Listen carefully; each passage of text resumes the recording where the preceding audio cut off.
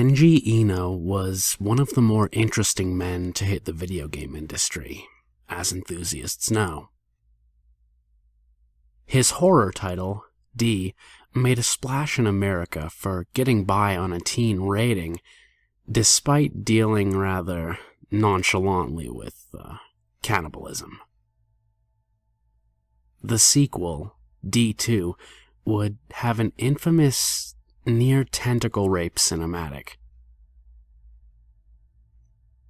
He locked himself in a hotel room with composer Michael Nyman until, 6 hours later, he agreed to compose the soundtrack for his sci-fi survival horror title, Enemy Zero, which failed spectacularly for being incredibly unforgiving.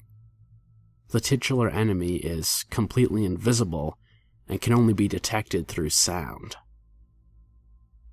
Needless to say, Eno himself is a man worth researching, although these days his occasional endeavors are hardly of interest.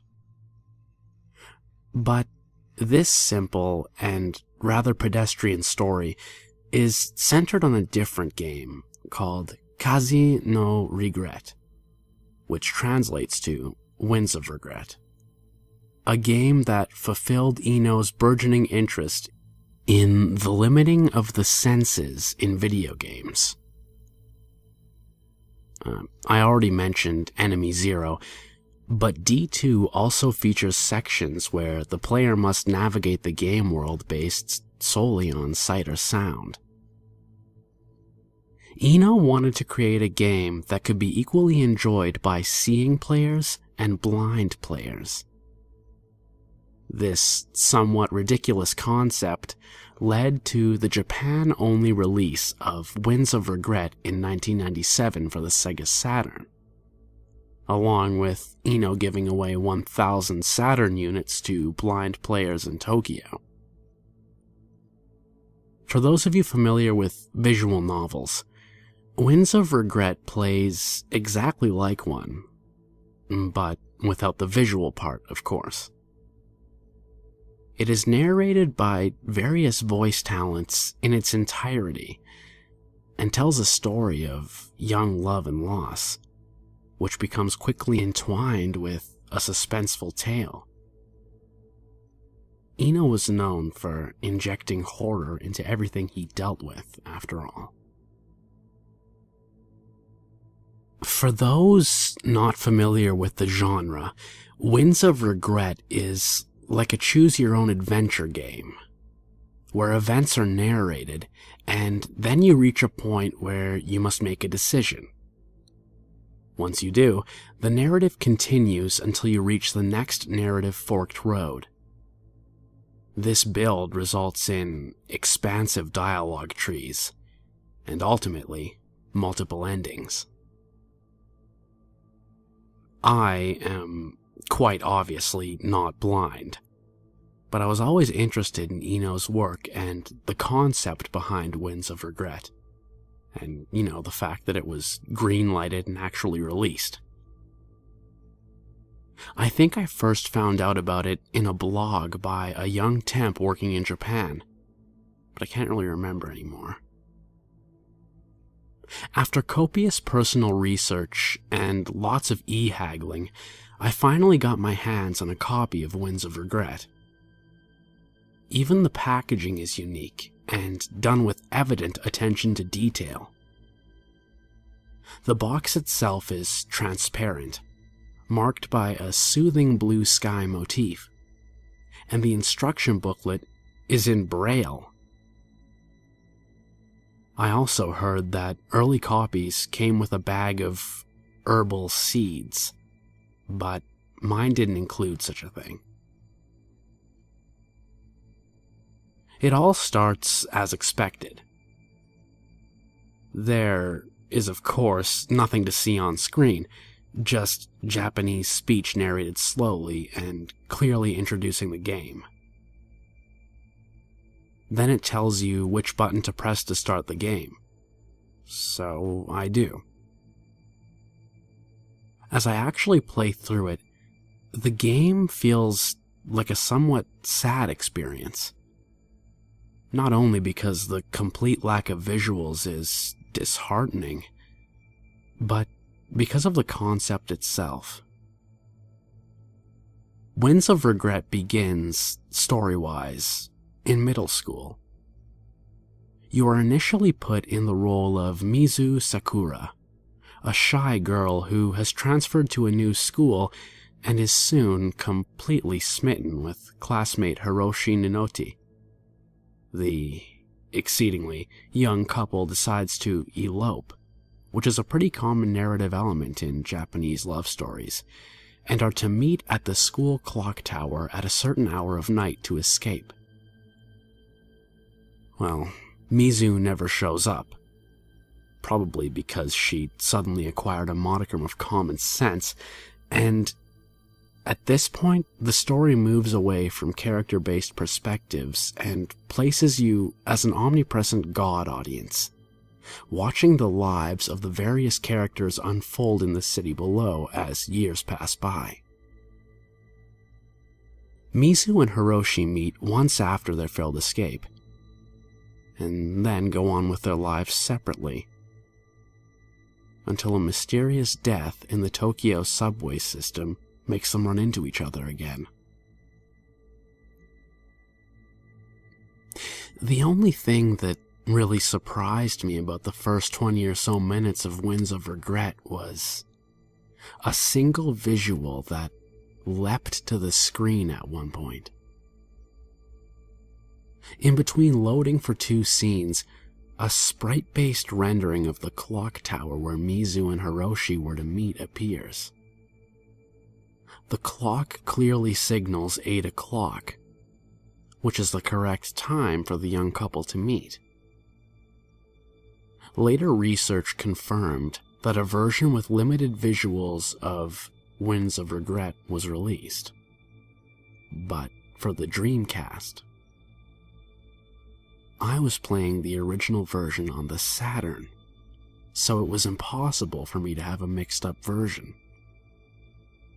I continued anyway. As I mentioned earlier, the plot of Winds of Regret quickly takes a turn for the suspenseful, but not the full-on horrific. The sequel was planned to be a full-fledged horror title, but it never saw the light of day due to voice compression issues, I think. Remember, the entire game is voice narrated.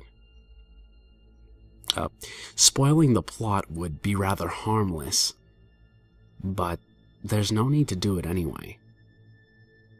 Just rest assured that there is something in the subway system killing people, and it's surprisingly related to Mizu and Hiroshi's childhood promise. Now, this is where things get a little weird. Quite simply, after a certain crucible in the plot, images accompanying the narration begin to appear. As I mentioned before, this cannot possibly be the image-enhanced Dreamcast version, so there's no real explanation for them, other than maybe this being a beta version of the aforementioned DC port with placeholder images. I mean, then again, I did get it in full packaging. The images themselves are remarkably mundane. They're all low quality, and based on what the people are wearing, were probably taken sometime during the 80s. Most of them are pictures of Japanese everyday life in major urban centers. A friend of mine identified a particular picture as having been taken in the Golden Gai district of Tokyo. They have pretty much nothing to do with what the game is actually describing. When the narration gets to the point where Hiroshi explores an abandoned subway tunnel, the game is showing you an image of a young Japanese woman staring straight at the camera and smiling, as if posing for some tacky advertisement. Moving towards the final stretch of the game, the pictures become more intimate. They depict the inside of a tiny apartment bathroom, or the apartment itself, or the view from the balcony. So far, none of my Japanese net acquaintances have managed to identify where these pictures could have been taken from. While in previous images, the photographer seemed to have simply taken pictures of what surrounded him, a homeless man in the park, children playing on a swing set, he or she has now moved on to create apparently deliberate set pieces, such as a zoomed-in picture of 2 English toy blocks, each depicting an English alphabet letter on the side, spelling out no. One could argue that at this point the pictures also gain some degree of coherence within the narrative, although it's faint. A rather odd element of Western religious imagery creeps into the game, such as a group picture of young Kogal, essentially the Japanese equivalent of Valley Girls, wearing crucifix necklaces, a popular fashion statement in Tokyo, as I'm told. This is congruent with the theme of salvation present in later comparisons of Mizu and Hiroshi to Adam and Eve. There are other faint links which friends have pointed out to me, but there is nothing particularly worth mentioning except for maybe the series of pictures depicted during the ending scenes. Consistency in quality and generally improvised nature of the shots suggest that the same person using the same camera was responsible for them. They're notable in that they no longer take place in the open public places or inside of what is presumably the photographer's apartment. Instead, they begin with a picture taken of an open sewer manhole leading straight down into darkness. If you're wondering where the game's narration is at this point, it's the final dialogue, which I won't spoil here, but is completely unrelated to anything depicted in the pictures. What's really interesting is that, as I mentioned, dialogue trees in this game have various branches, paths that the conversation can go down depending on the player's answers. Each path seems to be mapping out a procession of images taken down here in the sewer complex. So whenever you play through this final sequence of dialogue, you're also exploring a different section of the sewers as you progress through the series of photographs. During my first playthrough, I elected what I thought was the standard path of dialogue to go down. You know how in games you're sometimes given a choice, but there's an obvious right answer that the game wants you to pick, and the others are going to just lead to a dead end eventually? I picked the right answers. So, the conversation progressed, and the photographer's little bout of urban exploration progressed in the pictures as well. I was reminded that Winds of Regret was designed for blind players, and imagined a blind person happily playing through the game, not knowing what is going on the screen at all. In the very end, the photographer goes down a particular sewer path, with the gunk up to his or her knees, I would presume. The camera inches closer to a bulge lying on the side of the canal, until the very last picture reveals what it is. A dead cat. Superimposed on the picture is what looks like a tacky word art rendering of congratulations, but it's pretty blurry. Then the game ends. Nothing else of note happens. Why would Eno include this on purpose in copies of Winds of Regret? There's no real reason. And I haven't come across a single internet testimony or reference to demonstrate that this strange picture path appeared in any other version of the game.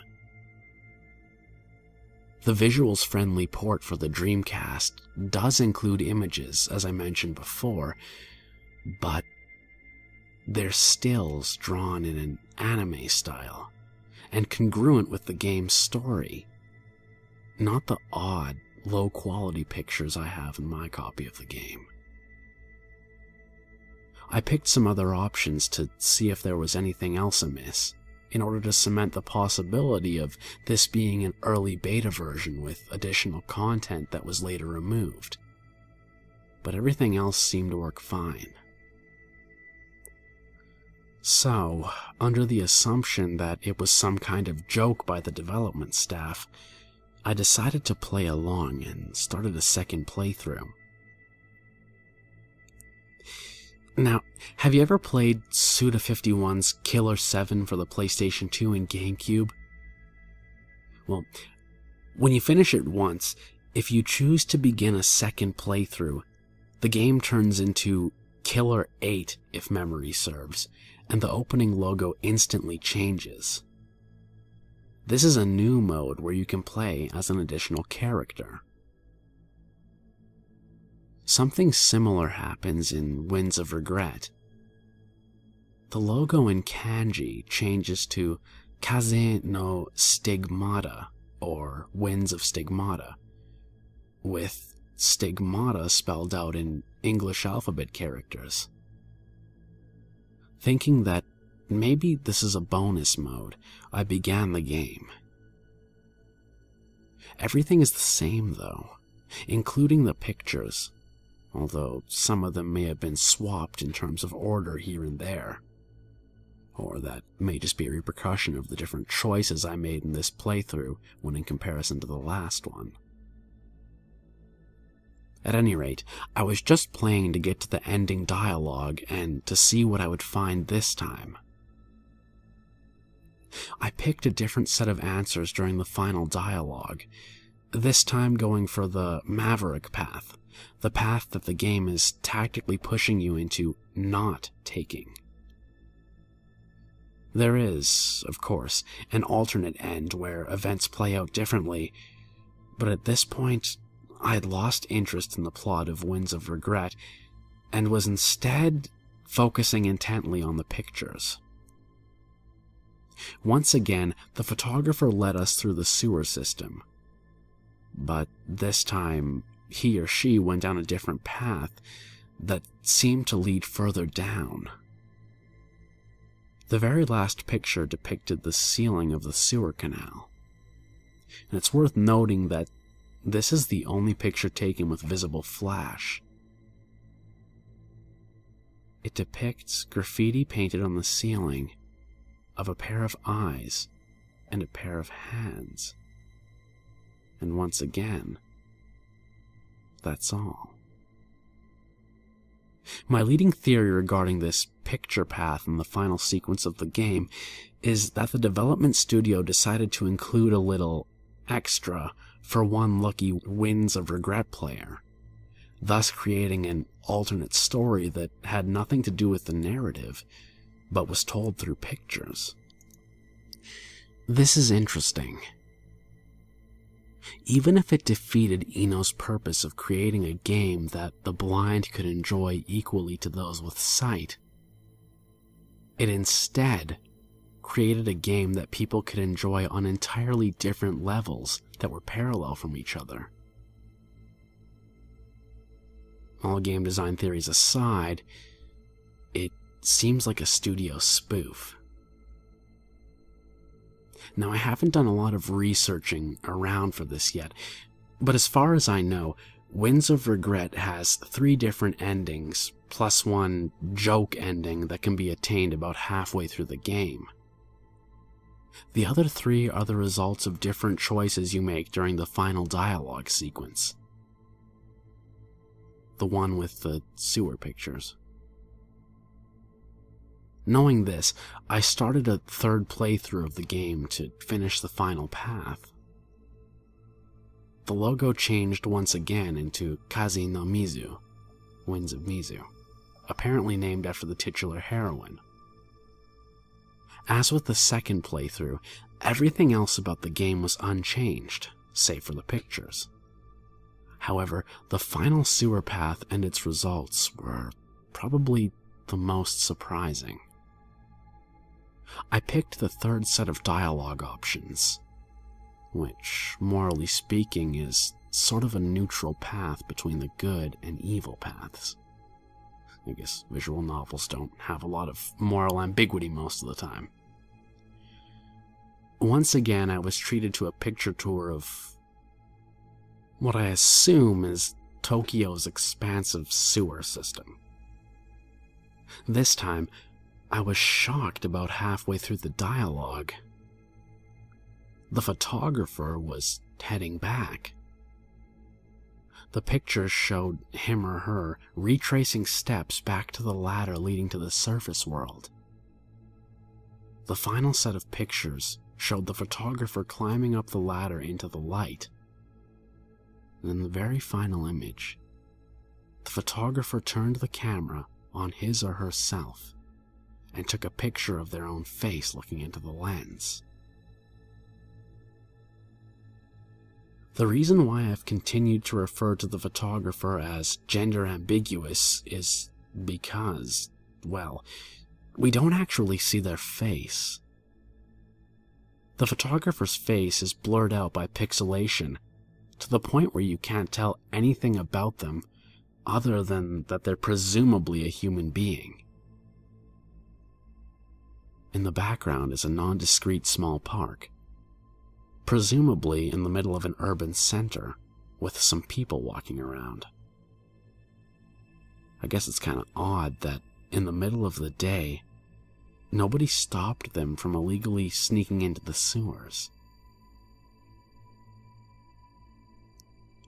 Just like how the tacky congratulations sign is superimposed on the picture of the dead cat in the end of the first path, this one also has some text, which appears a few seconds after the image just sits there. First, an arrow with cutesy pink and white kanji appears pointing at the person, saying, "This is Mizu." Seconds later, white kanji of great size, taking up the whole screen, shows up.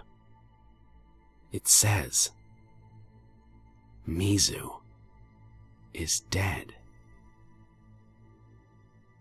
There are many ways to potentially interpret this, but I feel at this point I have to spoil the game's story a bit. Mizu, the character, does die if you take this path, so there is congruence between the pictures and the narrative. But I have no idea what the people behind this whole thing were trying to say through this sequence. Maybe one of the developers' relatives was named Mizu, and died during development of the game or something, so they created this weird and complex sequence to honor them somehow. Or maybe it's just a collective spoof by the development team. Did they send a worker they didn't like down the sewers to take pictures, saying it was for reference, and then insert this into a copy of the game without his knowledge? Stranger things have been found in game code, in places where developers never thought tech-savvy losers would look. But this transcends that, because I still can't make sense of it, because it's so goddamn elaborate. There are a couple of other things worth mentioning in regards to my copy of Winds of Regret. Out of a fleeting curiosity, I actually looked up Braille to try and decipher the instructions booklet, and found that the booklet's text actually translates to nothing but gibberish. The Braille makes no sense at all. Chalk it up to a misprint, I guess. Furthermore, After I completed my first playthrough of the game, the opening screen's logo once again changed. But now it changed back to the original Kaze no Regret. With one difference. It now has a sort of subtitle in white under the logo, which reads, in barely legible print, Mizu is dead. I've played through the story a couple more times since then, and the logo is no longer changed. After completing the bizarre third path of the game, note that I'm simply referring to it as the third path because I took it in that order. The paths can be taken in any order depending on the player. I played it again to try and get the joke ending, which can be triggered about halfway through the story and thus shouldn't usually take long. To my surprise, the joke ending has a page-by-page scan of a chapter of a famous boxing manga, Ashita no Jo, while the very last sequence is taken from an old Shintaro Kago one-shot. I suppose whoever was doing this ran out of ideas, or time to take pictures of Japanese suburbia. And that's my story regarding my copy of Winds of Regret. I've played around with the game a few more times after that, but found nothing else really worth noting. Have to admit, though, I was a little creeped out by the whole picture sequence because I still haven't found anyone else on the net whose copy of the game did anything even remotely similar. So, I guess I'll never know the truth. If I ever go back to Tokyo, I guess I'll steer clear from the sewers, just in case. Not that I planned on going down there, anyway.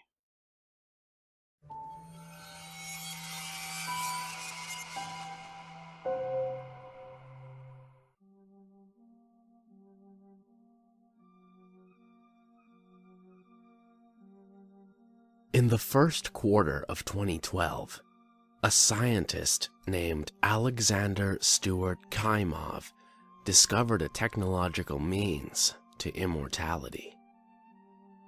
That is to say, Dr. Kaimov fulfilled one of the longest-running pursuits of the human race: the desire to defeat death. Though many of his notes remain in the possession of the Russian security forces, and many more were wiped from his hard drives or burned in the oil drums behind his lonely research station, enough remains to piece together a little of this man's life, and the thought process which led to what some consider the finest and most unknown scientific achievement of this generation, and what others claim to be the biggest abomination that the thinking world has inflicted upon man since the atom bomb. He called his magnum opus Project Velox. We know, for example, that Kaimov's obsession with immortality may have begun at a young age.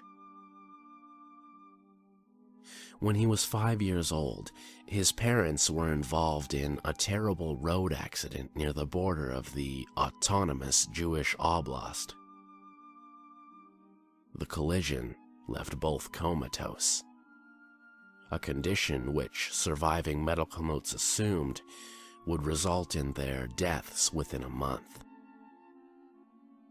Instead, both lingered on the edge of life for over 10 years. During this period, they were relocated to a specialist facility in St. Petersburg, and the young Jewish demi-orphan Alexander trailed in their wake. Less than a year after their arrival, however, both perished during a power cut. and Kaimov was left utterly alone. Despite the trauma of his young life, perhaps even enhanced by it, Alexander excelled in his schooling. At the age of just 16, he was offered a place at Moscow State University, where he read neuroscience and robotics. By the second year, however, he had dropped out of both and was taking classes in philosophy. He had no friends. He was a distant and aloof boy in a sea of young men and women, but former classmates note that he obsessed over Descartes, a philosopher who famously declared human consciousness, who we really are, to be entirely separate to physical existence. One roommate recalls walking in on Kaimov, frantically tearing pages from philosophy textbooks and pasting them to the walls and ceiling above his bed. Still others recall how he would build strange contraptions out of dubiously acquired computer parts and second-hand hospital equipment, which would emit a dull, humming drone, even at night.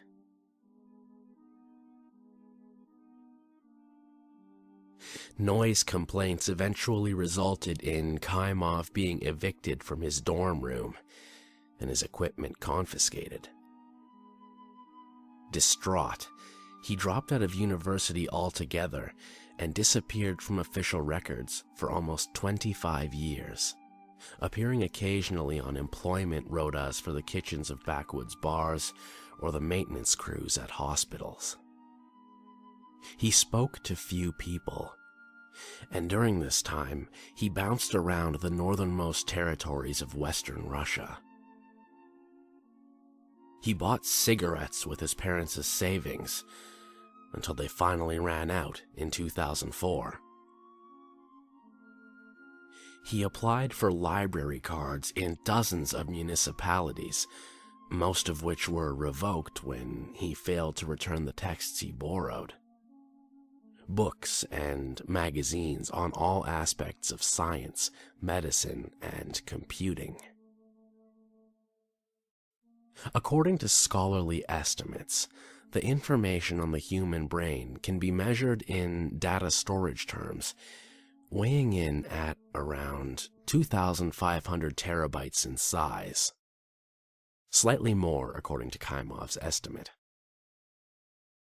Kaimov read studies regarding the digitization of the human mind with more than a casual interest. He wrote numerous articles for The New Scientist and 2 for Time magazine between 2001 and 2009, postulating that not only was the transfer of a human consciousness from a body to an electronic brain within the bounds of contemporary science, but that it was even possible to create an artificial afterlife where these consciousnesses could be together. Of course, I'm paraphrasing here, but Kaimov was adamant in his writings that what he referred to as the preservation of a human mind post-mortem was entirely feasible. And then, shortly before the end of 2011, a curious advertisement began to circulate the local papers of St. Petersburg and other northerly towns and cities. It read, "Umereće, хотите жить вечно, требуется волонтеры," which roughly translates to, "Are you dying? Do you want to live forever? Volunteers wanted." This was Kaimov's first attempt to reach out to the world since his Moscow University days, and he signed the ad, Dr. Kaimov, despite having never graduated. Witness accounts hint at shady meetings in rented offices with a terribly thin, bearded man in a faded suit and scuffed shoes.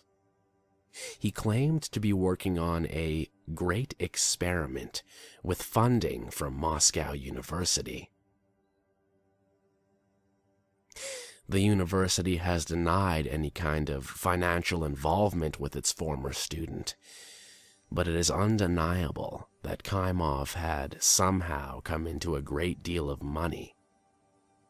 The man who had resorted to stealing journals from libraries went on to purchase a ruined weather station in the Ural Mountains, which he renovated and outfitted with medical equipment.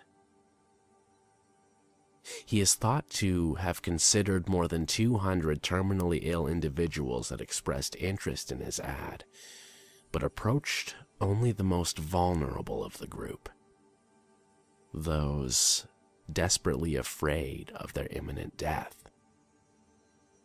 those without families, those that would not be missed.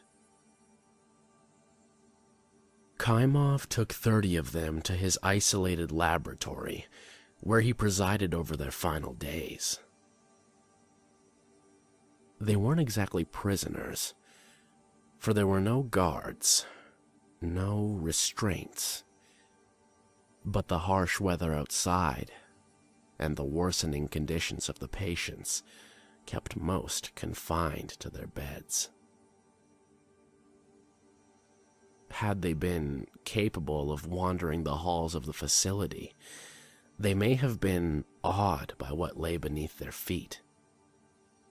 A maze of subterranean passageways, crawl spaces, and rooms, built in a nonsensical, yet oddly specific spiral down into the earth, and furnished with concrete.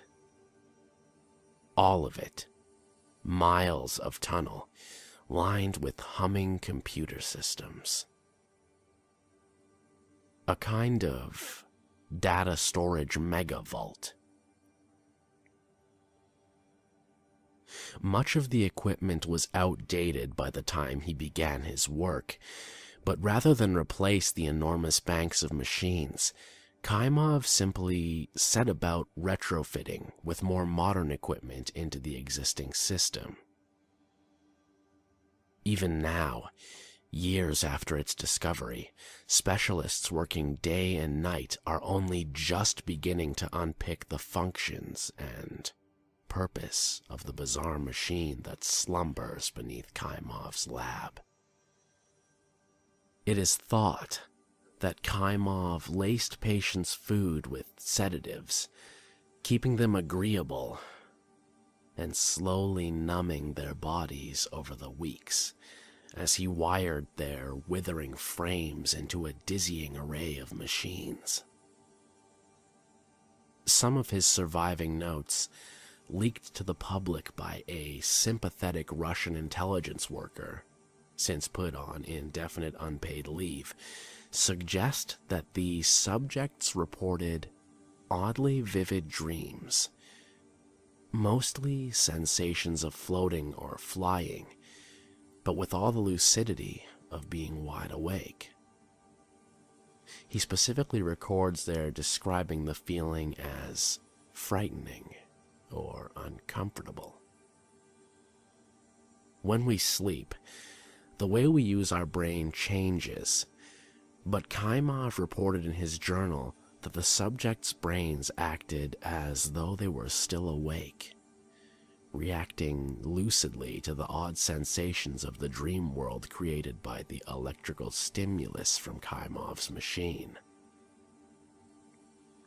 In layman's terms, Kaimov had separated the dreaming cancer patients from their bodies and pulled them into a digital environment created by his lovingly named Lazarus engine.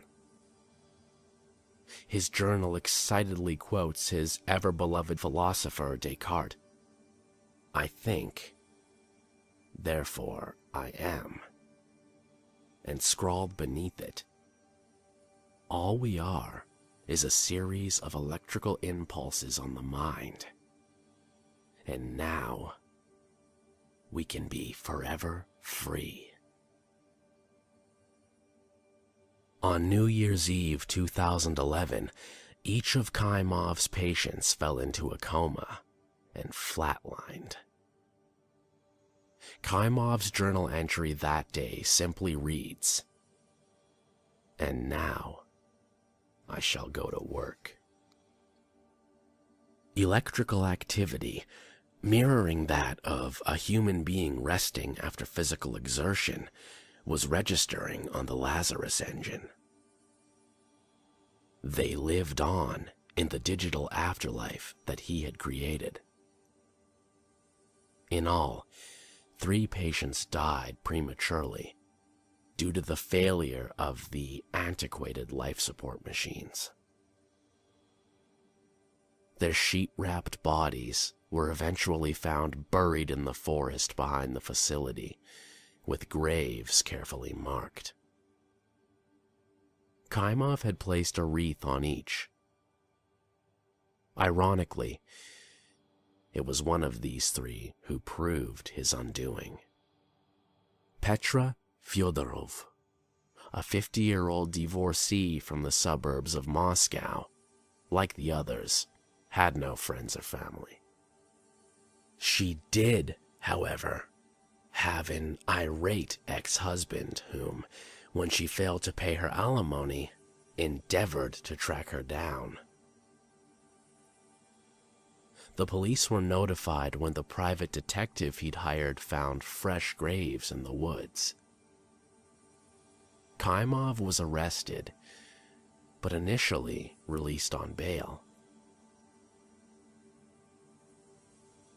Eventually, the police returned and stormed the facility.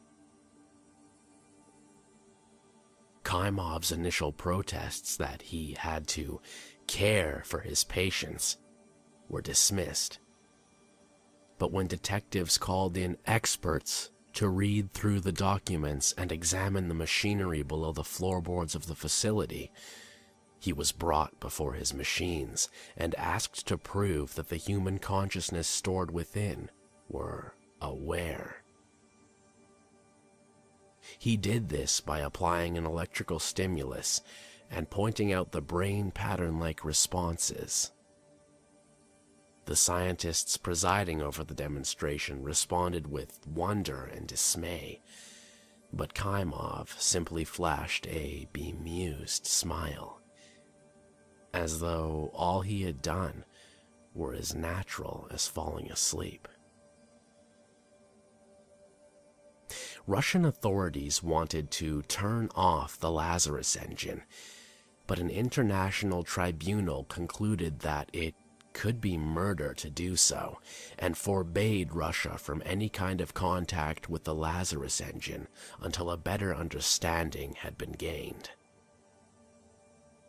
The machines were analyzed, but nobody could make any sense of them. The notes were scrutinized, but the sheer volume, combined with the use of a cipher to keep them private, prevented anyone from being able to understand their contents. Meanwhile, Kaimov was interrogated. When asked what he had hoped to accomplish, he rambled about a future in which the digital world intersected with the physical one, and where the dead soared on solar winds of information across a kind of super-internet firmament. When asked where he'd gotten his money from, Kaimov became incredibly nervous, alternating between private savings, theft, and an anonymous donor. When asked why, if he was trying to advance the scientific community, he had burned his notes, Kaimov fell silent and stared at his shoes. Authorities, growing increasingly concerned as to the well-being of Kaimov's subjects, asked him how to communicate with them. Kaimov, visibly confused, stated that there was no way to speak with his immortal children. They simply were. With the situation growing desperate and leaks to the press surfacing every day, the international investigatory body offered Kaimov a full pardon for his crimes if he could develop a way for an outsider to contact the bodiless humans. The offer sparked outrage among some of the more passionate members of the delegation, and indeed, those among the public who heard about it, but it delighted Kaimov. Under the supervision of a delegation of scientists and with a detachment of UN peacekeepers permanently posted at the doors, he returned to his mountain lair and busied himself with his ever-rumbling machines. Within 1 week, a time period so absurdly short that some postulate that he had prepared the technology ahead of time, anticipating the pardon offer, he announced that he had completed his assignment. A surgical table bristling with monitors, slots for morphine drips, and a helmet filled with electrodes and other, less appealing protrusions. All of it the faded cream color of old tech. A young Montenegrin doctor, Luka Lazovic, offered to test it. The assembled staff watched with mild concern as Kaimov restrained the young volunteer, ran the IV into his body, and fitted the helmet to his head. He fell swiftly into a deep, all-consuming sleep. Occasionally, his pock-marked face would twitch, and at one point, he suffered a light nosebleed, which Kaimov stemmed. On the whole, the ordeal seemed mundane. Indeed, Kaimov appeared impatient, tapping upon the vitals monitor, scribbling notes, and tutting at observers. An hour ticked by, then 2, and then Lazovic awoke. His pupils, which had been huge when he opened his eyes, took an unnaturally long time to narrow beneath the harsh electric lights, and he opened and closed his jaw repeatedly. Tears welled in his eyes, and a stream of saliva began to trickle from his mouth. "What happened?" asked someone. "Did you see the others?" Lazovic's body was racked with sobs. As soon as his arms were freed, he curled into the fetal position and cried into his hands. "They're screaming," he said.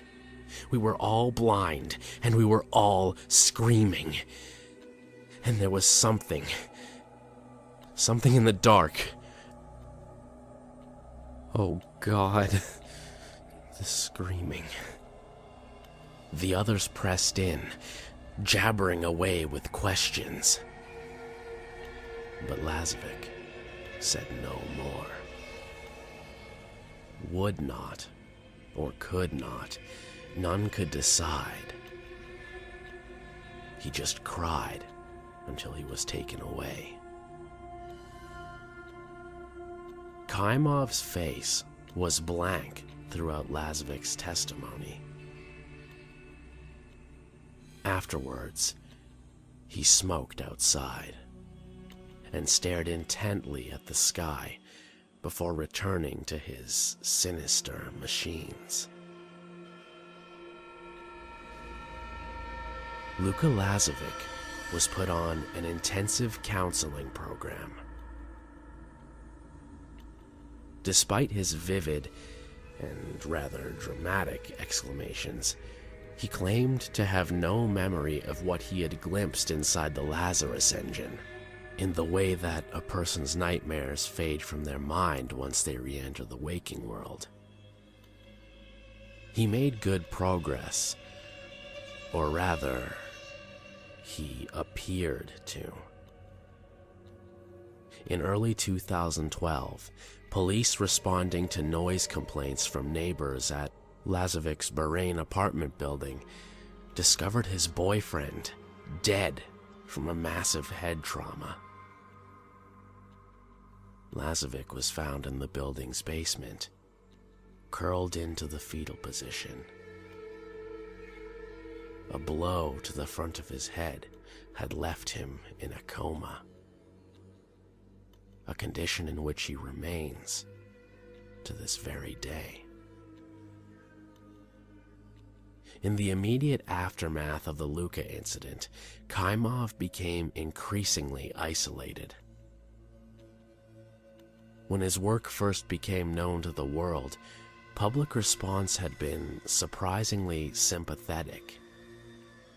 Here was an eccentric old man with a burning desire to further mankind, and being punished by that most fashionably despised demon of society, bureaucracy.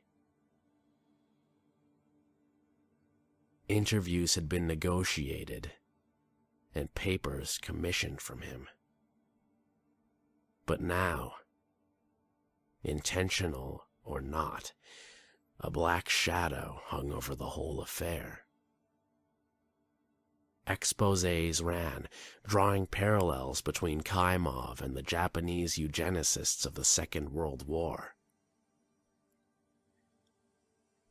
On January 9th, Russian police brutally dispersed a crowd of human rights protesters outside the gates of the compound. Kaimov observed the protests dispassionately from an upstairs window. A few minutes later, he was seen shuffling out through a rear door, carrying with him an armful of paper folders. He struck a fire inside an old oil drum and dropped the files inside. This process was repeated half a dozen times. In an hour, he had destroyed countless notes, including patient profiles, of which he made no electronic duplicates. Moments later, United Nations observers noted that he had received a call on his cell phone.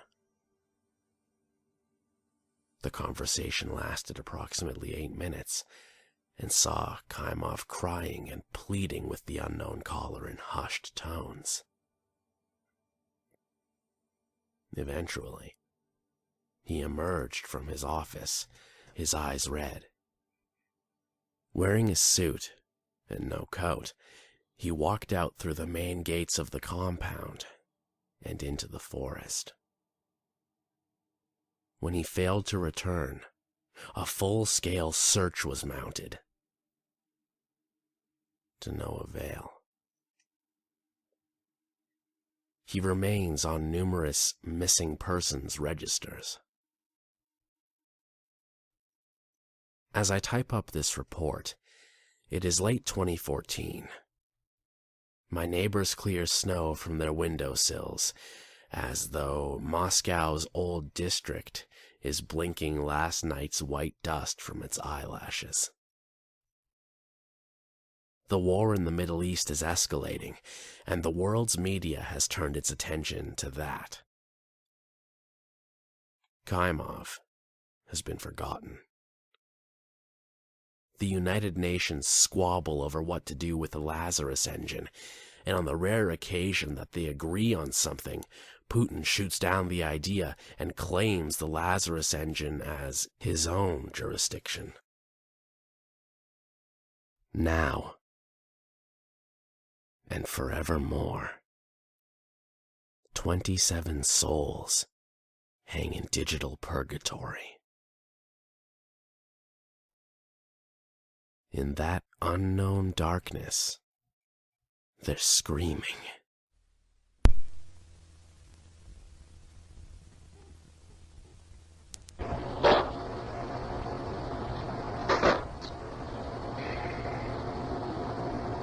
Audio log number 1, July 9th, 2013.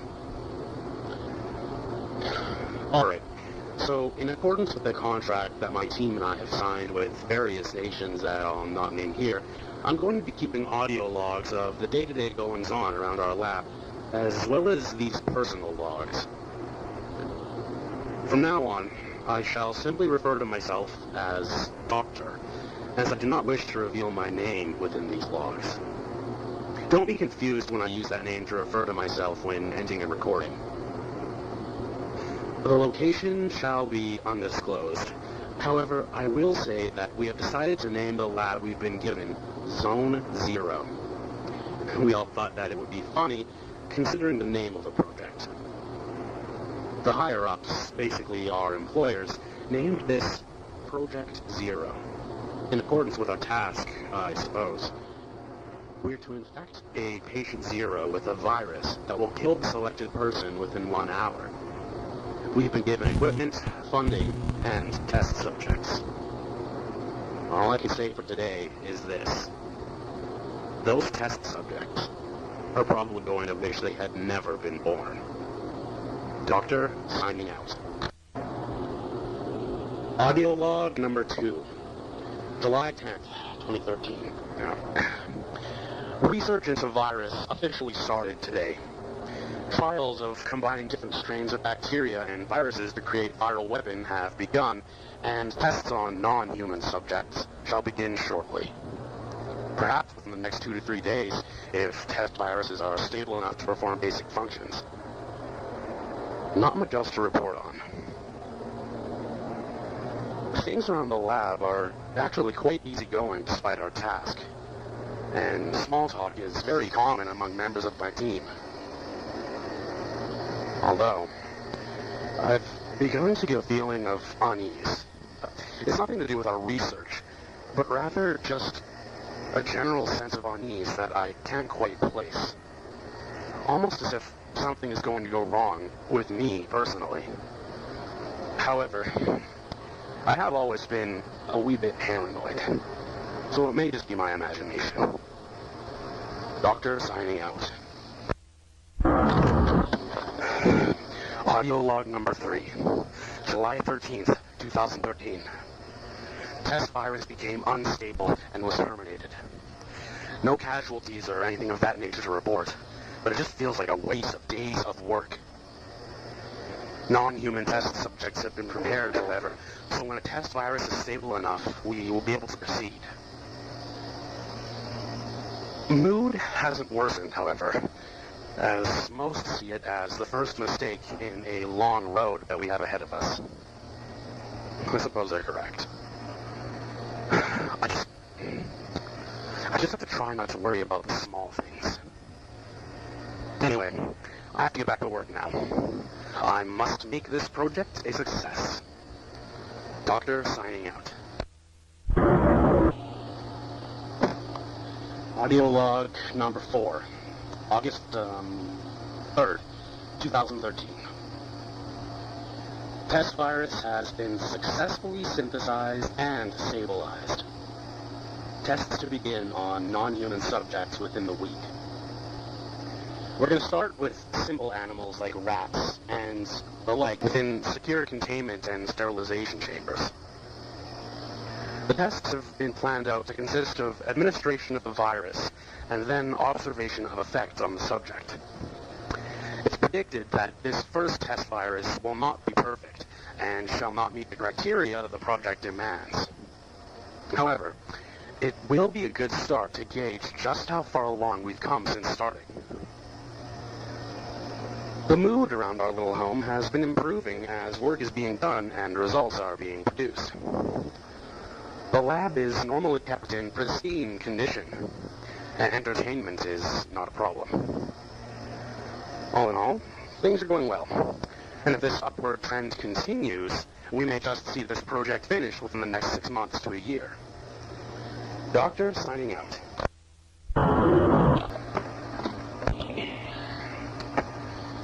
Audio log number 5, August 7th, 2013. Tests initiated on non-human subjects. Effects of synthesized virus are slow, as the subject has yet to expire. However, the actual effects of the virus are somewhat astounding. It appears that the virus colonizes cells at a slow rate, but when the takeover of the living cell is complete, the cell is not destroyed like a normal virus. The infected cell continues to produce virus DNA until the cell divides, as examined under a microscope. The other scientists and I have theorized that this virus, named Virus 001, has the underlying effect of changing the DNA of its host into that of its own. These tests have so far only been performed on rats and mice, and within 2 days we are going to euthanize the subjects. If our theories are correct, then the others and I have no idea what could happen. It has been assumed that the test virus is highly contagious, and so we are taking the utmost precautions. Doctor signing out. Audio log number 6, August 10th, 2013. News to report. Horrible, terrible, bloody news to report. One of the non-human subjects that was about to be euthanized bit one of my colleagues today. Bit him through 2 layers of highly penetration-resistant hazardous suit material, and the damn thing's teeth nearly struck the bone. We euthanized the subject with my colleague. He didn't complain or offer any grievances. Only told us one thing. He could feel it infecting him, and much faster than it had on the rats. He said that he could feel the virus working its way through his system, corrupting the tissues and even the bones. Something like this cannot be ignored. I have convinced my colleagues to test on human subjects. The effects of this virus need to be studied on humans. But he said convinced me of it. Doctor signing out.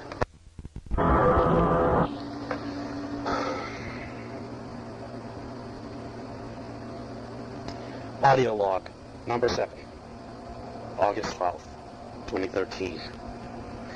7 human test subjects now infected with virus 001. All subjects report feeling sickly and tired. Most show symptoms similar to that of the common wintertime flu: coughing, sneezing, congestion of the chest, tiredness, nausea, etc. 2 show signs of skin discoloration and rapid weight loss. It seems that this virus is not as instant as we wanted, but it is very potent and deadly to the human body. This is because the immune system of our bodies has no idea how to fight this disease. I actually worry about this a little. If we find a way to decrease the incubation time of the virus to mere minutes, and this gets out into the outside world, even in the state it's in right now, it would devastate the human population. And I really do not want to be one of the people blamed for the creation of the thing that killed the human race. That's a good way to get yourself hunted down and tortured to death. So, I'm going to recommend to my employers that we terminate the virus, not only for mine and my colleagues' sakes, but for the human race's well-being as a whole. I don't expect them to approve. This data cannot be ignored. Doctor signing out. Audio log number 8, August 14th, 2013. My request to terminate the test virus, euthanize the subject, and destroy all research was denied. Of course it was. They're completely obsessed with the research and the results, and as far as I'm concerned, this isn't worth it anymore. The subjects that were infected with virus 001 are now showing signs of organ failure and are close to death's precipice. I do not want to know what may happen to these poor people next, but I can't euthanize them without authorization or without an emergency situation.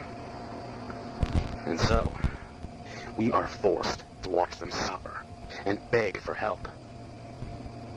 Help we cannot offer. One of my colleagues suggested that we start research into a fast-acting cure for this virus in secret. I, of course, approved of this idea, and we began immediately, alongside the research into the test virus. Both will be essential, as knowing how the virus's DNA is structured and its effects will be instrumental in finding a cure. Until then, we have to continue to do God and the devil's work. Doctor signing out. Audio log number 9. Date August 16th, 2013. They came back. The subjects came back. From death, I mean. At about midnight last night, all of the subjects terminated due to natural causes. And then, as we were preparing to euthanize the bodies, 2 of the subjects got up in the chamber. They got up after they were dead. I have no idea how, but it seems that the Hades virus 001 reanimates the dead tissues of the infected person. Classic zombies. They seem to have a sort of hive mind, however, as they all tried to escape the containment cell by smashing the plexiglass window open.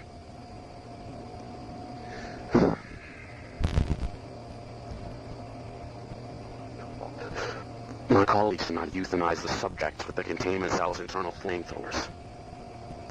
We didn't enter the cell until around 4 a.m., however, fearful of anything happening.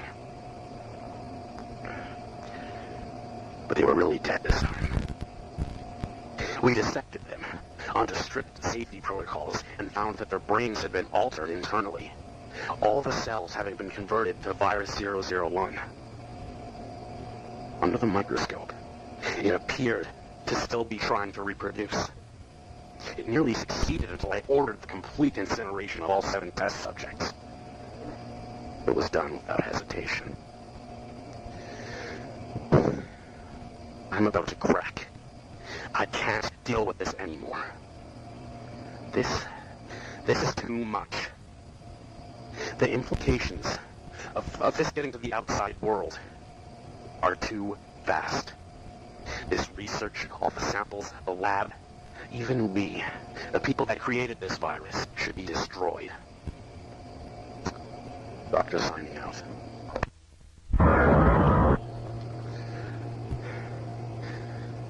Audio log number 10, August 17th, 2013. To hell with the governments. They simply do not understand how dangerous this virus is. They talk about taming the zombies that this research has spawned. I try to convince them otherwise, but they all just tell me to work at the task I've been paid for and to keep my mouth shut. Well, I'll show them. I'll show them their error. Doctor signing out. Audio log number 11. September 5th, 2013. After nearly a month of research, I've completed it. A strain of virus 001 that is able to be made into a gas and spread throughout the air. This is it. This will be the way that I show them their errors. I've already killed the rest of my colleagues. Simple injections of virus 001. I've also vastly decreased the incubation time to about 10 minutes at the most. The virus takes an hour to completely take over and kill the subject, then reanimates afterwards. Truly, a weapon of mass chaos and destruction. And I bet that's what they wanted from the start. I can feel the virus eating away at my brain, telling me to do it. And so, I'm going to release this airborne strain of virus 001. And then the world shall see their errors. The world shall see the beauty of my work. For I have become patient 0. Doctor signing out.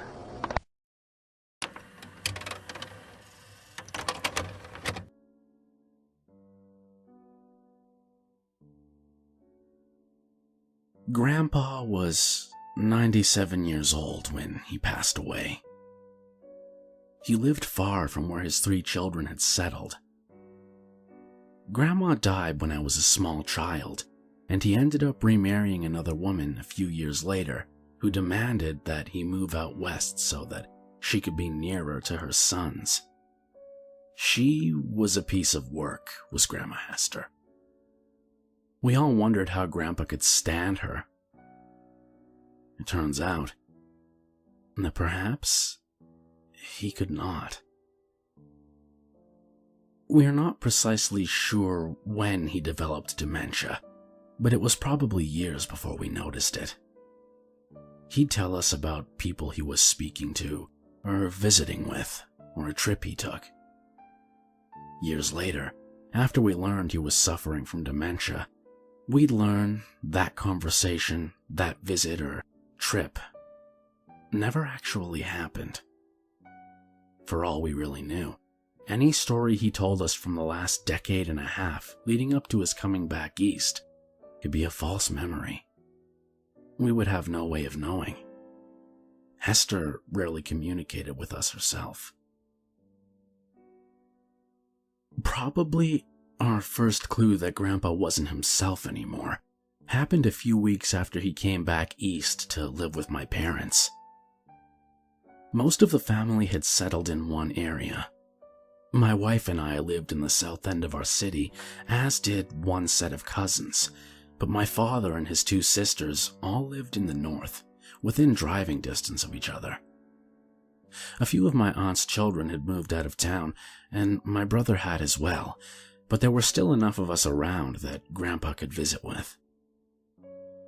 We would often have gatherings at my parents' house where Grandpa would either hold court with some story or would go to sleep.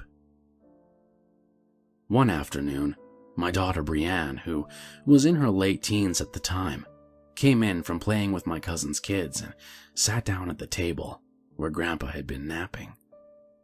He suddenly woke and smiled at her. "Well, hello, Claudia," he said brightly. Claudia was my aunt, Dad's youngest sister. "I'm Brienne, Grandpa," said my daughter. "No," said Grandpa, almost sounding offended. "You're my daughter, Claudia." Later that same month, he told my aunts and uncles the story of how he came out east after living with Hester got to be too much. "I prayed to the Lord," said Grandpa, "and the next thing I knew, Martin was there." Martin was my father. I remembered him driving out to the tiny, cold house on a hill in Colorado to get Grandpa. He had not come due to any divine intervention. He had come because Grandpa called him in the night and pleaded with him to come get him. We all loved Grandpa, but caring for him was not easy. For one thing, Grandpa had gotten it into his head that he was a young, single man with many years ahead of him, and the only thing missing was a young woman at his side. If he spoke for any length of time with a younger woman, he became convinced that she was in love with him, and that perhaps she should be his new bride. Hester was even still alive at this point. He had forgotten her utterly. The women he made advances on included my mother, 2 of my cousins, and my own wife. Thankfully, he couldn't do much more than talk, so it was just a matter of politely changing the subject whenever he would start with that. But it got worse when he decided he could do things like take walks on his own or try to drive my father's car. Dad and Mom didn't let him go on walks by himself, but that didn't mean he didn't sneak away sometimes when Dad was away and Mom was in the basement. He had to use a walker to get around, and simply couldn't do stairs, but refused to admit this to anyone, including himself, leading to a lot of falls. He would also get confused as to where he was, or where he lived. At times, during his walks, he would attempt to find the old family home that he raised my father and aunts in, despite it having been long gone since before I was born. Dad picked him up from a police station, where he had been taken after some patrol officers saw him wandering around, clearly lost. The time he tried to drive Dad's car was after that. He decided that the reason he got lost is because he had to walk. He managed to get the e-brake off and rolled right down the fairly steep incline outside my parents' house, crashing into a fence. The damage was minimal, but after that incident, my parents realized he needed to be in a full-time care facility. He got worse after that. My father visited him 3 times a week. I have no idea how often my aunts went, or if they even did. I tended to only go when there was a family gathering, and increasingly, I began to realize that he had no clue who I was. He'd smile and greet me as though I was someone he had just met. He'd tell me about his children, describing them as little kids, and even going as far as to invent a friend who was looking after them while he was in this home with all these old people. Grandpa was 93 at the time. He was much older than any of the others who lived there, but somehow they were the old people, while he was not. But when I say he got worse, I mean he changed. The false memories, the refusal to acknowledge that he was elderly, the attempts to chat up ladies, and inability to remember that his children were grown and that he had grandchildren and great-grandchildren who had been a part of who he was for years, ever since his early 80s.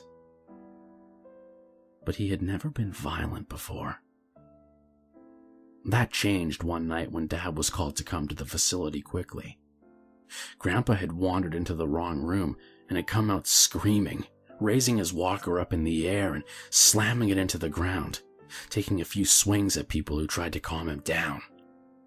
He began accusing the staff of stealing his things.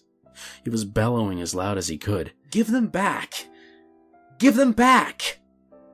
I wasn't there for it, and I still have a hard time picturing it. Grandpa barely raised his voice above normal volume during the last decade of his life, except to laugh. When Dad got there, they had gotten him into his room, and he was somewhat appeased. Somewhat. He had a can of Ensure in a tube sock and almost hit my father in the head with it when he came in.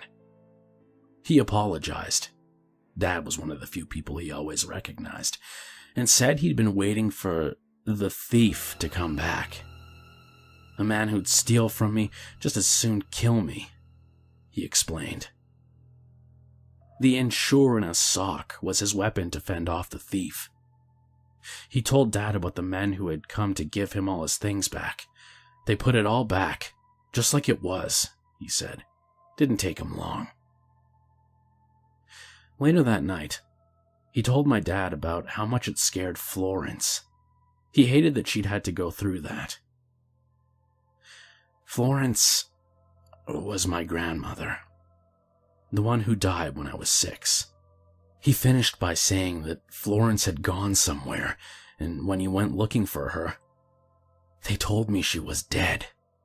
One day, they're gonna come looking for me, and they're gonna find me dead. That was a jolt to my father. Grandpa had never, at any point before that, acknowledged his mortality, his advanced age, or the fact that he probably had no more than a handful of years left at best. Aging, and death was something that happened to other people. But here he was, accepting that death was near. That wasn't the last night he mentioned the thief. He even gave the thief a name. Charlie Rosen. It was strange that he would invent a whole person, name included. He didn't even name the friend who was looking after his kids. In fact, that person ceased to exist. Charlie Rosen had stolen his kids, had killed Florence, had come to his home in Colorado and routinely taunted him, beat him, and even declared that Hester had been sleeping with him. He remembered her now, and was certain that she and Charlie were ganging up on him to make his life a living hell. In the last 6 months of his life, he would become increasingly agitated. Dad could not have a single visit wherein Grandpa wouldn't mention Charlie. And then the violence started up again. In one visit, Grandpa accused Dad of being Charlie and attacked him. After that, Dad's visits dropped to once a week, and he didn't stay long. Once, I went with him. It was the last time I saw my grandfather alive, and I will never forget it. Charlie was here again today, Grandpa told us as soon as we arrived. He told me I couldn't leave this room anymore. He's trapped me here. Dad, this is where you live, my father tried to explain. See, here's a picture of Mother. Why would Charlie let you keep that? He killed your mother, you know, said Grandpa. Murdered her in her sleep. Mother had an aneurysm, said Dad. You and I decided together to unplug the machine. She died in her sleep, but no one killed her. No, it was Charlie.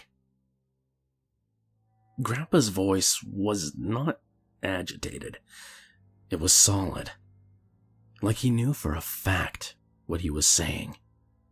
He poisoned her, made something go wrong in her head. I didn't know it then, but I realized it later, after he introduced me to Hester, conned me into marrying her. He's my personal demon, Charlie. Dad finally had enough. There is no Charlie, he said, nearly shouting. You aren't supposed to correct people who have dementia. It just confuses them more and makes them upset. But my father forgot this in that moment. Charlie is someone you made up. Mother died naturally. You met Hester at a coffee shop years after Mother died, and while she was not a nice woman, she was not unfaithful to you. Please, stop talking about Charlie. Dear Lord in heaven, said Grandpa. He got to you too. He told you to say these things. You're part of it too. Grandpa? I said. Why don't we start a game of checkers? Usually, he loved checkers. I don't want to play any fucking checkers, screamed Grandpa.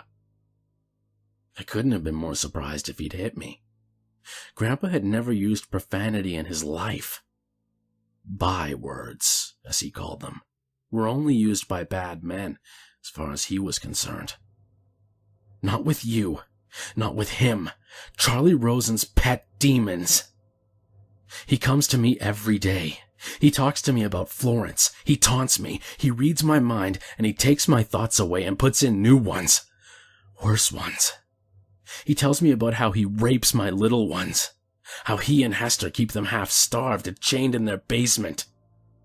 I can't stop him. He can go inside my mind. He's controlling me.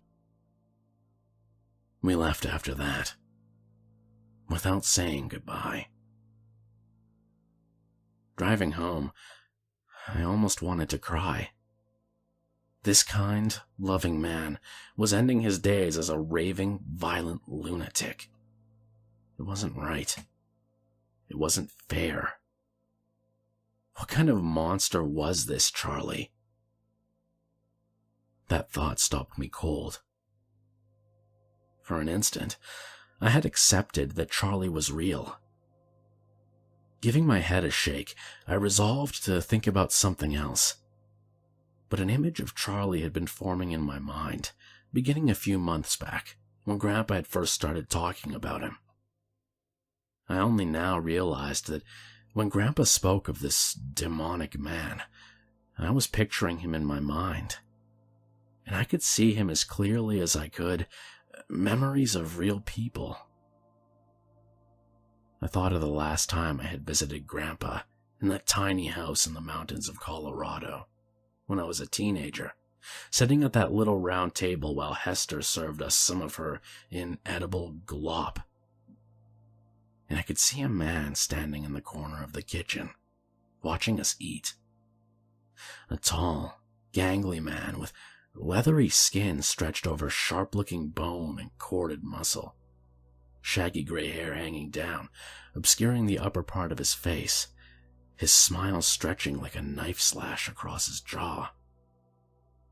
I thought of the wedding. I was 12 years old. I met Hester for the first time. And standing a ways behind her was that same man. I remember a family gathering at the facility Grandpa was concurrently staying at. Didn't we pass that man in the hall once? No, of course not. These were just images my mind had cooked up the more Grandpa talked about this shady character that never existed. The brain can do that. Insert false people in your memory, just because you decide, subconsciously, to remember them. It doesn't mean you're insane. It's just another way for your brain to play tricks on you. Grandpa had invented a person who he talked about with such conviction, as though Charlie was real. So my mind had conjured up a Charlie Rosen. But there was no Charlie Rosen. Grandpa died 2 months later. I remember the funeral like it was yesterday. I still wake up at night in a cold sweat, remembering. Everything was normal at the start. My parents, my aunts and uncles, my wife and I, and our children, my brother and his wife, and their son, my cousins, their spouses, and their children. We all gathered under the same roof for the first time in years. No one was missing. No one was out of town and couldn't make it. 2 of my cousins I hadn't seen since they were children. It was nice to catch up with them. The service was nice as well. The pastor who served the spiritual needs at Grandpa's facility was the officiator. Grandpa looked calm and peaceful, whole, so unlike what he had been in the last few months of life. I started to feel calm myself. Grandpa was where he belonged now, where the devils of his own fevered, decaying brain couldn't get to him anymore. And then we drove to the cemetery. The coffin was lowered. We all sprinkled a handful of dirt onto the coffin and began our walk back to the cars. And then the gravedigger came out of the shadows to start shoveling the rest of the dirt. I could barely read the embroidered name tag on his coveralls. It looked like C. Rose or C. Risen. Or... no, it couldn't be. He was tall, gangly, with leathery skin, sharp-looking bones, corded muscle, long gray hair, and that smile that haunts my nightmares to this day. I watched as this phantom dumped shovelful after shovelful of dirt on my grandfather's coffin. He was laughing, softly, under his breath, but I've never heard such cruel laughter. Today, I felt like I had to write all this down to make sure I remember it all before things get worse. Because today, my father called me to complain that Charlie was driving past his house and staring in his windows.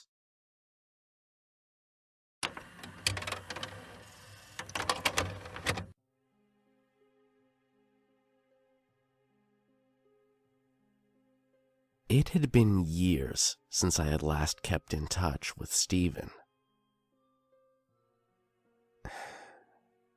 And I wish now that it had stayed that way. Stephen and I first met in primary school. Even at 9 years of age each, we were often teased and bullied because we weren't like the other children. We had no interest in sports and listened to rock and metal music. We played video games and musical instruments, not football or hockey. We were shy around people, and I guess all we really had was each other. It's kind of odd to be seen as outcasts at such an early age. Yet, this didn't bother us. To this day, it still doesn't really. Yeah, okay, sometimes I detested the teasing and ridiculing, but I had a happy childhood. My parents treated me well, and I was never sick. The strange fact about me is I've never broken a bone, nor have I had a serious illness. Never even had the flu. I've had the odd head cold and stomach bug, but nothing too serious. My sister was 2 years older than me, 2 years and a month to be exact, and she dressed and acted what most people would have described as a tomboy. She always looked out for me, stood up for me, hell, even beat people up for me. As I got older, I got better at standing up for myself.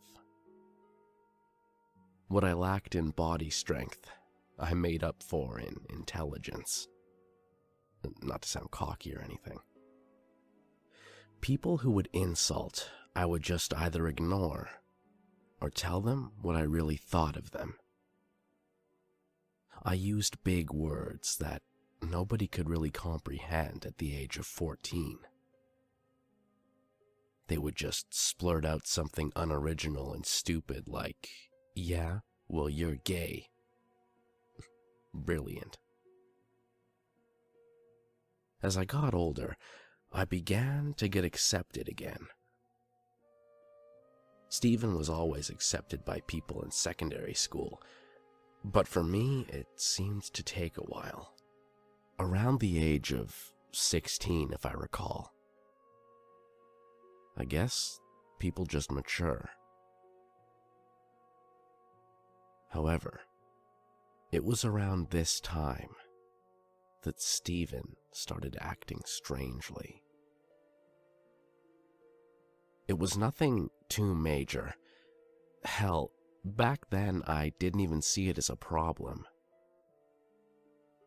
He started growing a huge interest in psychology. The study of the human brain, of course. He would often go and play tricks and mind games on people, asking them questions and testing them. I remember one day I was queuing at the vending machine for my daily Mars bar, yummy, and he came over and asked me, "Would you be willing to skip to the front of the queue right now if you knew there was only one Mars bar left?" My answer instantly was, no, of course not. People in my school often did skip the queue, but I never really did. I guess I'm just not that type of person. It didn't really bug me. His reply is what got to me, though. But you see, your subconscious is telling you that the people in front of you are younger than you. They're inferior to you. You could easily knock them all out of your way, and they'll be helpless to stop you. However, society sees this act as uncivilized, cruel, unsophisticated, if you wish. This response had startled me a little, but I brushed it off. I probably should have told someone, looking back. The time for college came around, and, surprise, surprise, Stephen did a course in psychology. I wanted to go to the same university as him to do studies in human resource management, but I didn't get the requirements, so I ended up going to another college instead. Despite this minor setback, we would often keep in touch during the weekends. He was still the same old Steve, nickname. Great laugh, a nice guy, big heart. Very sincere and brutally honest at times. But that was what I loved about him. His love of psychology continued to grow and grow and grow. Often he would openly talk about the experiments of Freud, Adler, and other famous psychologists. Sometimes he would talk about their experiments when we were out with our group of friends. Some of them were disturbing, such as the Stanford prison experiment. Others were brutal, like an experiment carried out after a Jewish boy's penis had been accidentally burnt off in a circumcision, where they tried to convince him from an early age that he was in fact a she. The result? All family members, including her, had turned to some sort of substance abuse, or killed themselves. Damn. Anyway, we were still the best of friends into our 20s. He met the girl of his dreams and dated her for 7 months before popping the question. Her name was Emily. Bit soon, I thought, but I was happy for him. He treated her like an absolute princess. He was her knight in shining armor. They adored each other. I was a proud best man, passionately delivered a speech, around 6 minutes long if I remember correctly, and the ceremony was beautiful. I regret to say that after that, I didn't see him much. I only got to communicate every few weeks or so, which eventually turned into months, and then turned into years. It had been 6 years since I had last heard from him, and I'd all but forgotten about him. My job as a health and safety manager had gotten in the way, and I was often busy during weekdays. I shared a small flat with 3 of my workmates, Paul, Rita, and Alexandria. Very city center-like apartment. A large window in the sitting room gave way to a great view of the city. All the skyscrapers unintentionally decorated the place. Strange modern art portraits on the walls. It was simple, but nice. Had everything you needed. We went out to nightclubs and pubs most weekends, and we were all good buddies. I hadn't seen any of my high school friends for years. One weekend during a particularly cold March, Rita, Paul, and Alexandria had gone away for a week to Greece, staying with Alex's mother. So I had the whole weekend and flat to myself. I decided I would get in touch with my old buddy Steven. I still had his cell phone number, and his wife's one for that matter, so I called both numbers. Neither answered.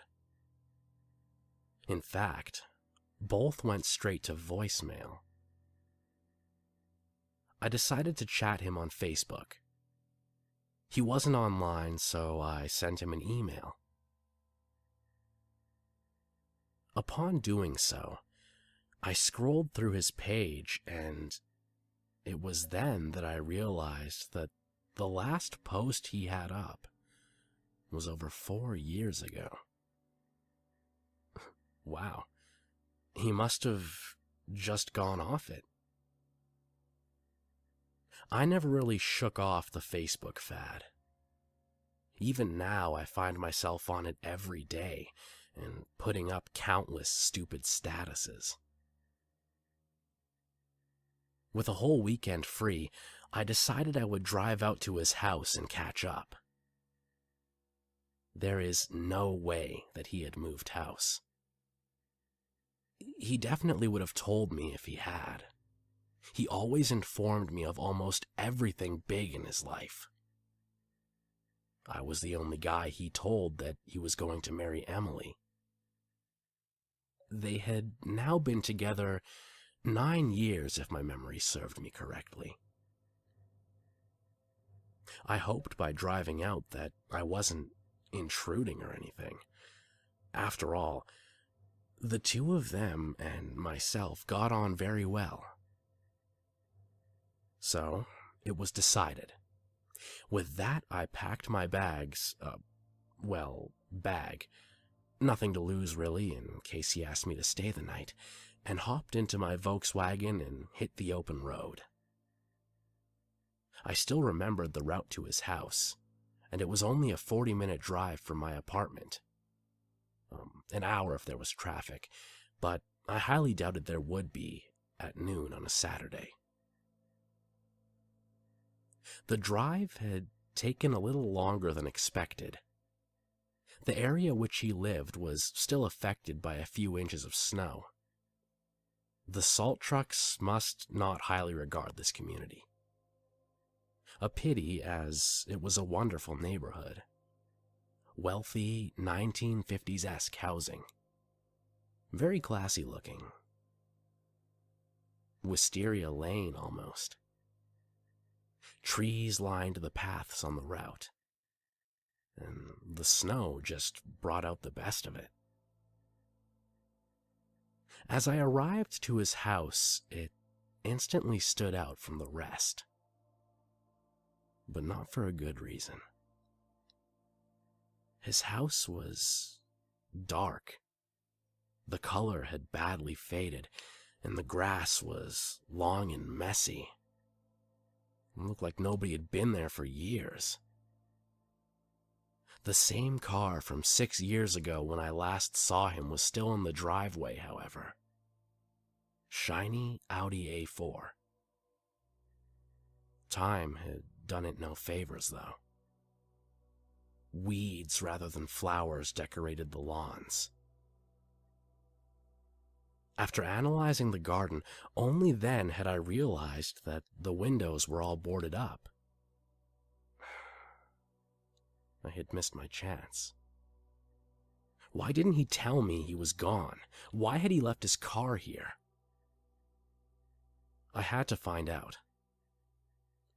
Luckily enough for me, his neighbor was doing the gardening. I approached him. Tall, skinny man in his 60s, wore a flowery hat and plain white shirt. Smiling. Looked friendly. "Excuse me, but could you tell me where exactly Stephen is now?" I inquired. "Oh, I don't think he's been there for a while now," the man replied. "Strange thing is, nobody ever saw anyone leave. The whole family just seemed to disappear. People behind the house say that they only ever saw Stephen in the top floor room, and one day, he just disappeared." That's strange," I stuttered. I was getting anxious now. He answered, "Yep. Anytime anyone called over, nobody answered. Things used to be different. I remember they used to be great neighbors, and then one day things just changed." He looked at the ground in confusion as he said that, and then wandered inside. I had to know what was going on. I took a closer inspection of the house. I got an eerie feeling from it, like it was watching me. Sounds ridiculous, but that's the truth. I noticed, however, that the garage door was open. I could see a door leading inside of the house.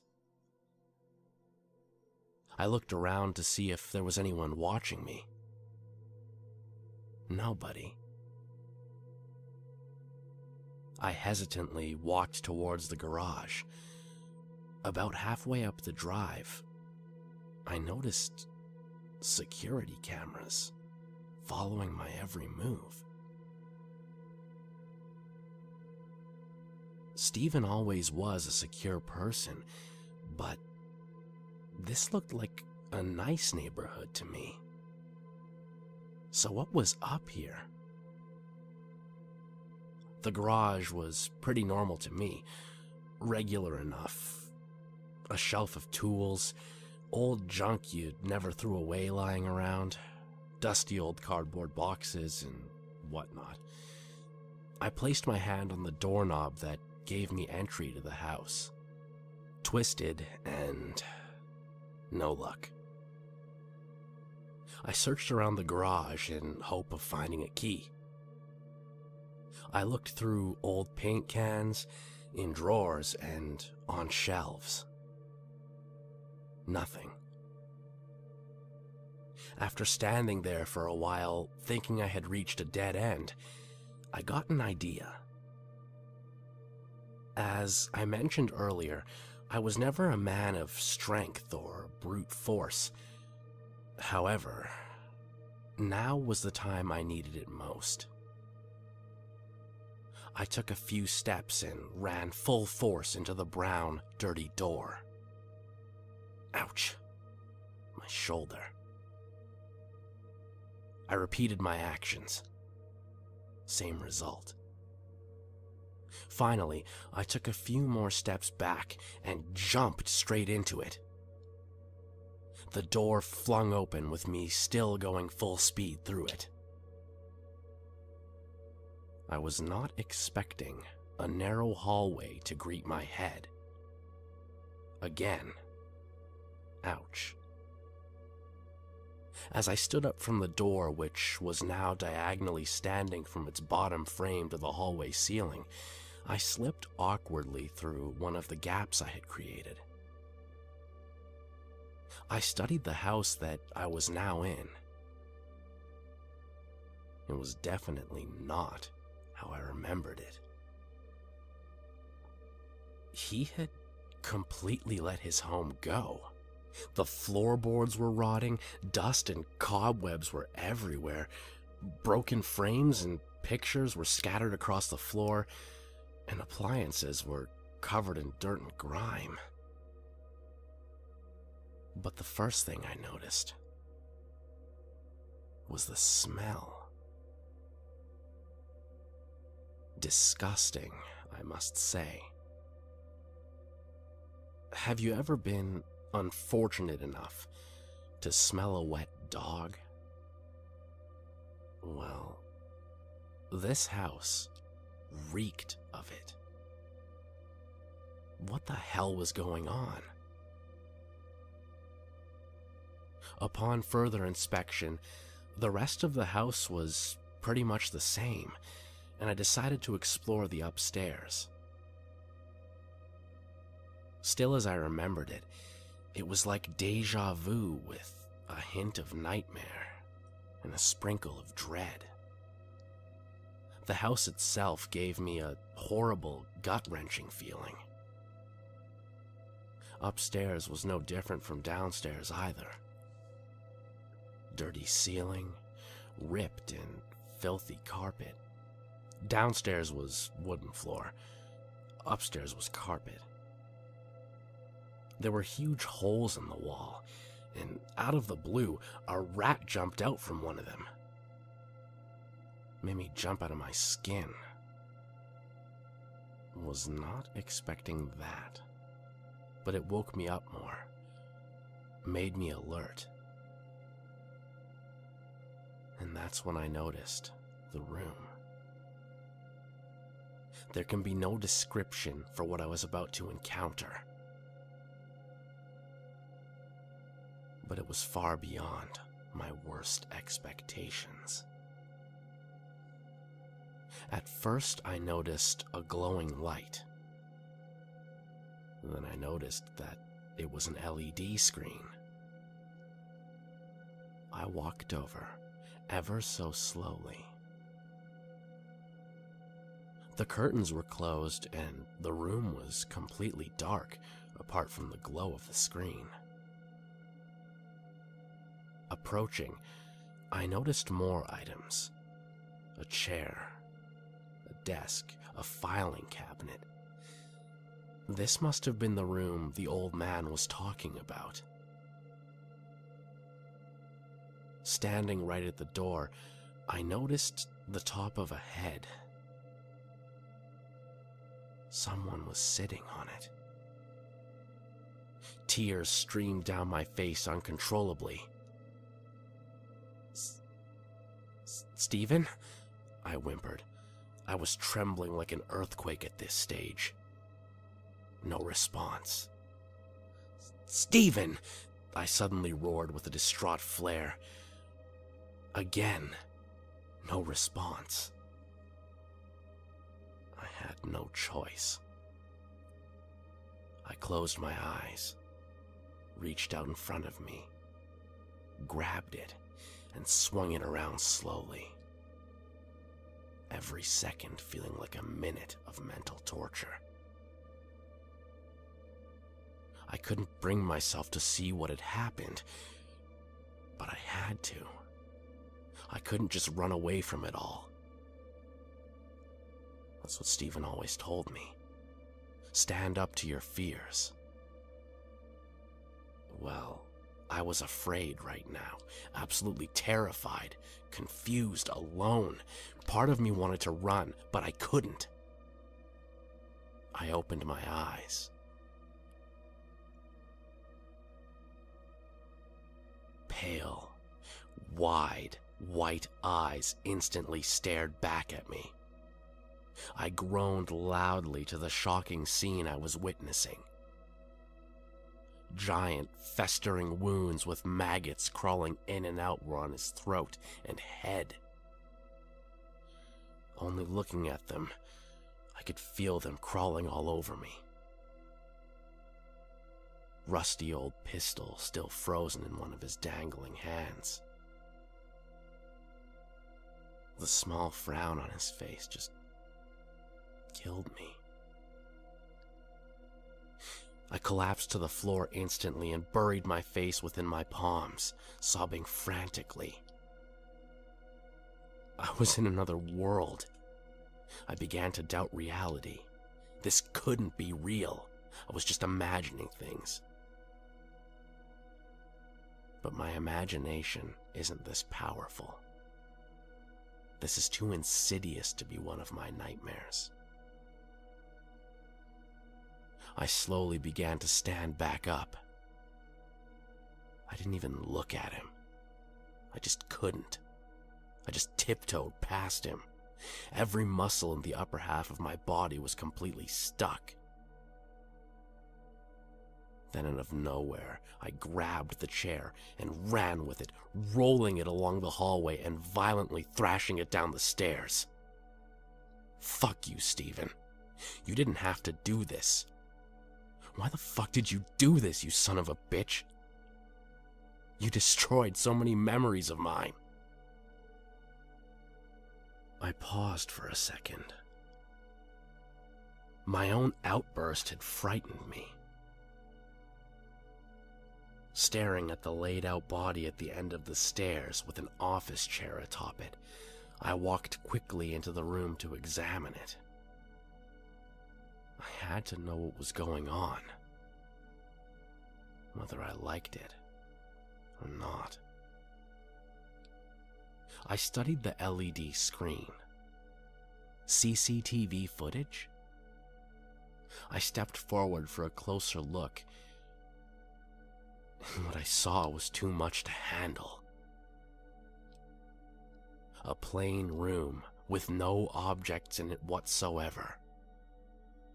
Plain white room, apart from a giant blood stain on a section of the wall, and pools of blood in places. 3 bodies laid there motionless. 2 children, side by side, and a woman's body near the wall underneath the blood. Shaking, I slowly stepped back. Vomit. Out of nowhere, I just vomited out of pure disgust and shock. What was going on? I just kept asking myself. How could there be 4 dead people in a house without somebody noticing? I took another look around the room.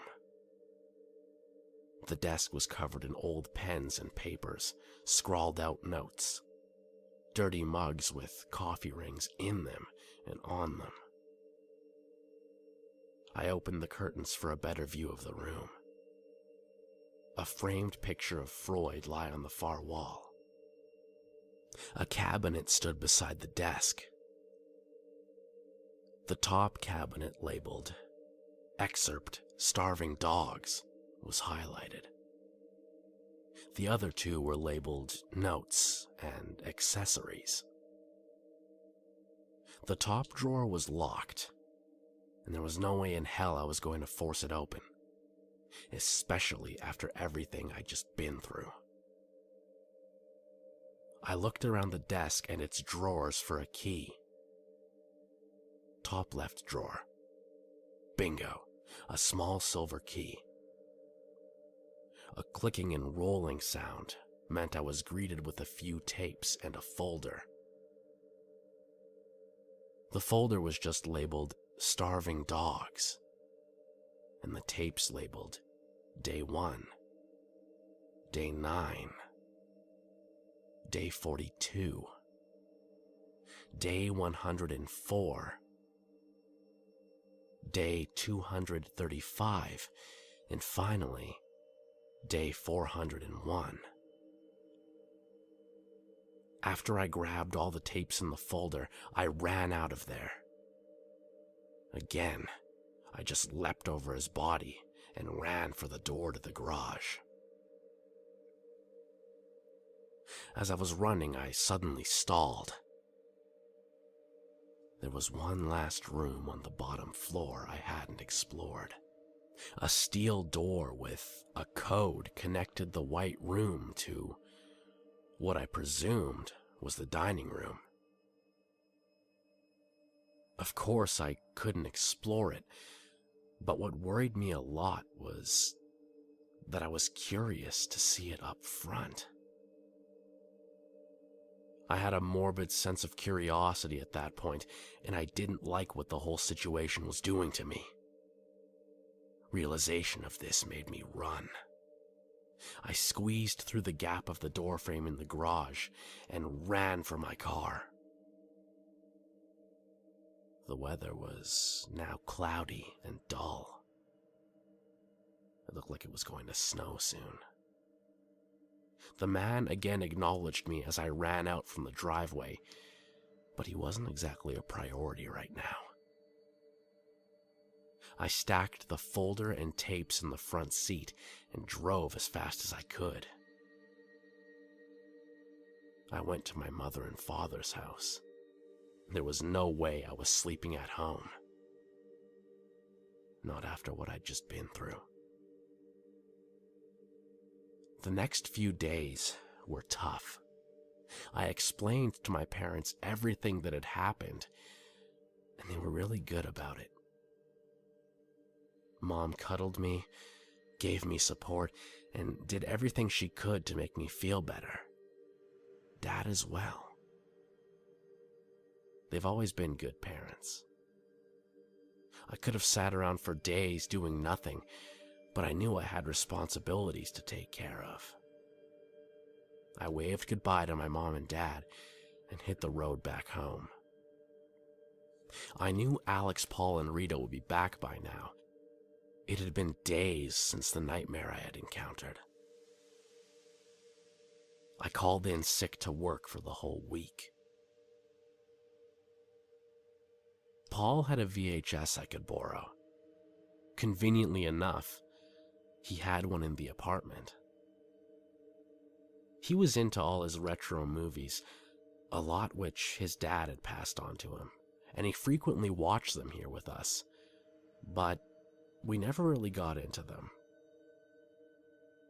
He always persuaded us that they were brilliant. God loves a trier, I guess.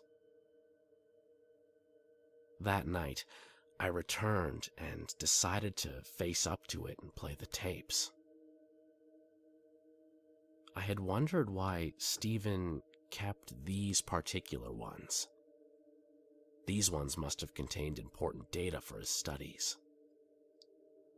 Beforehand, I flicked through the folder, and eventually, I read it all in about an hour and a half.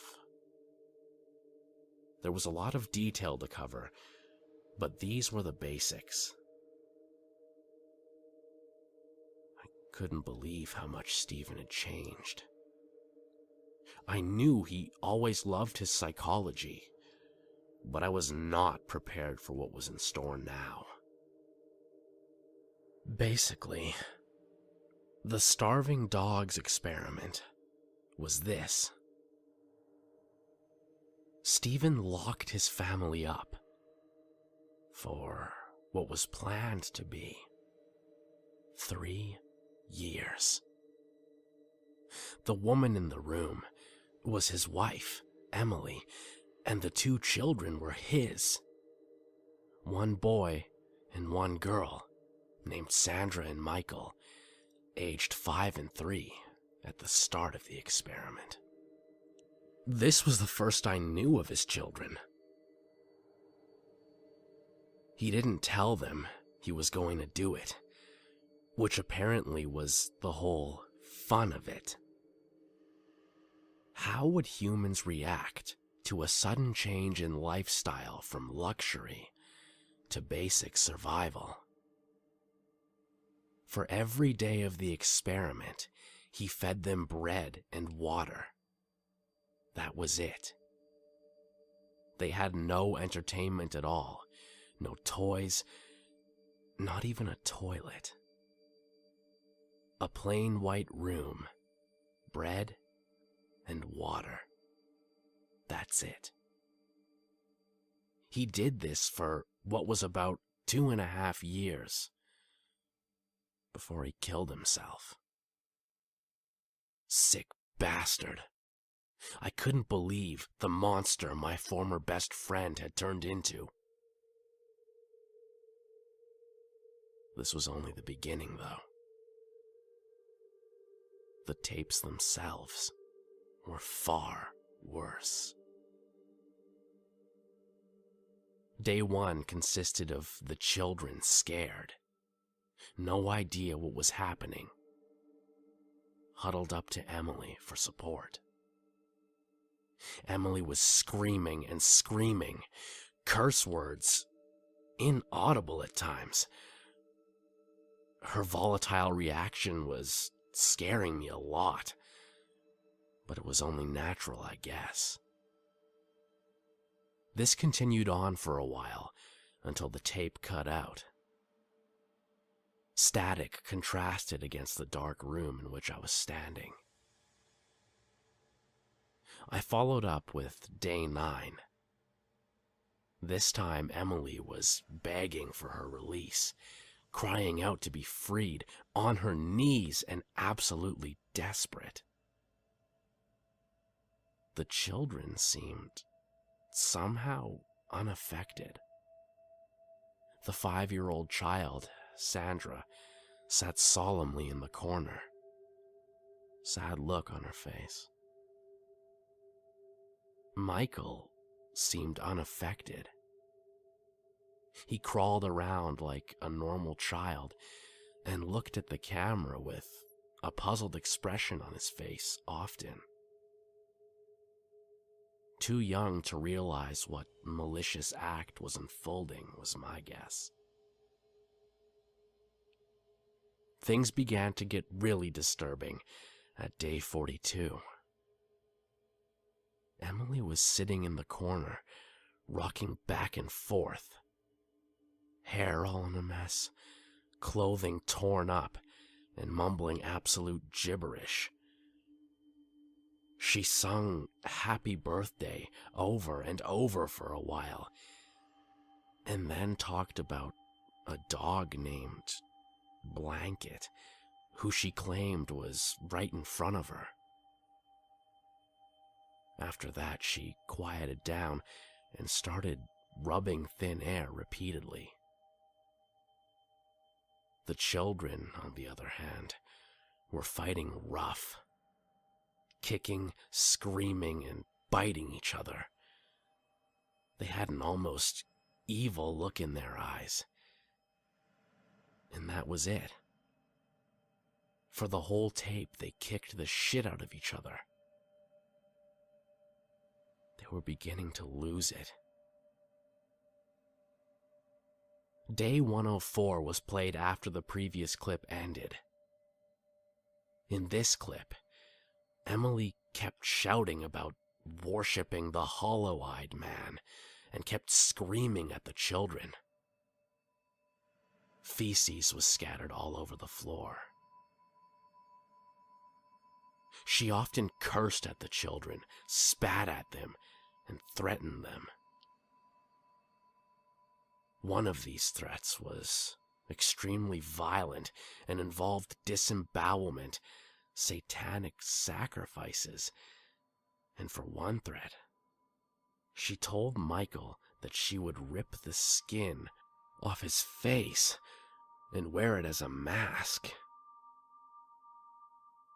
The children reacted to these threats by hissing and growling at her, thumping on her leg with clenched fists.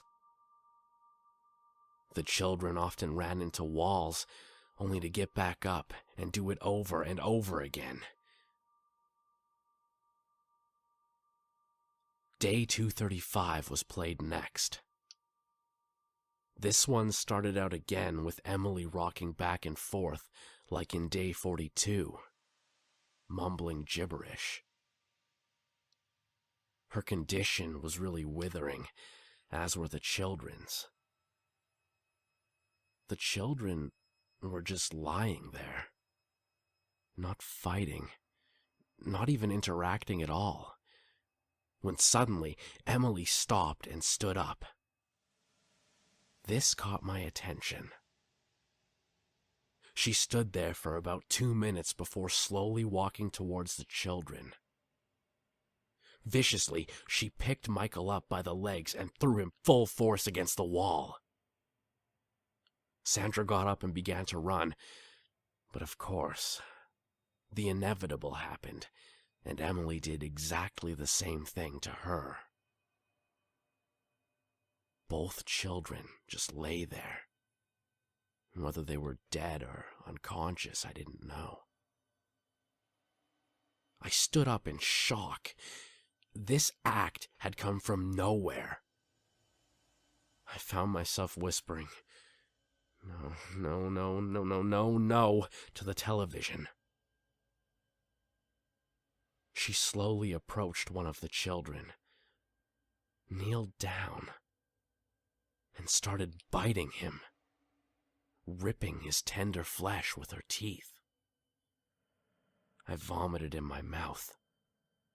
A mother eating her own child would be enough for anyone. I recalled the footage back in the house.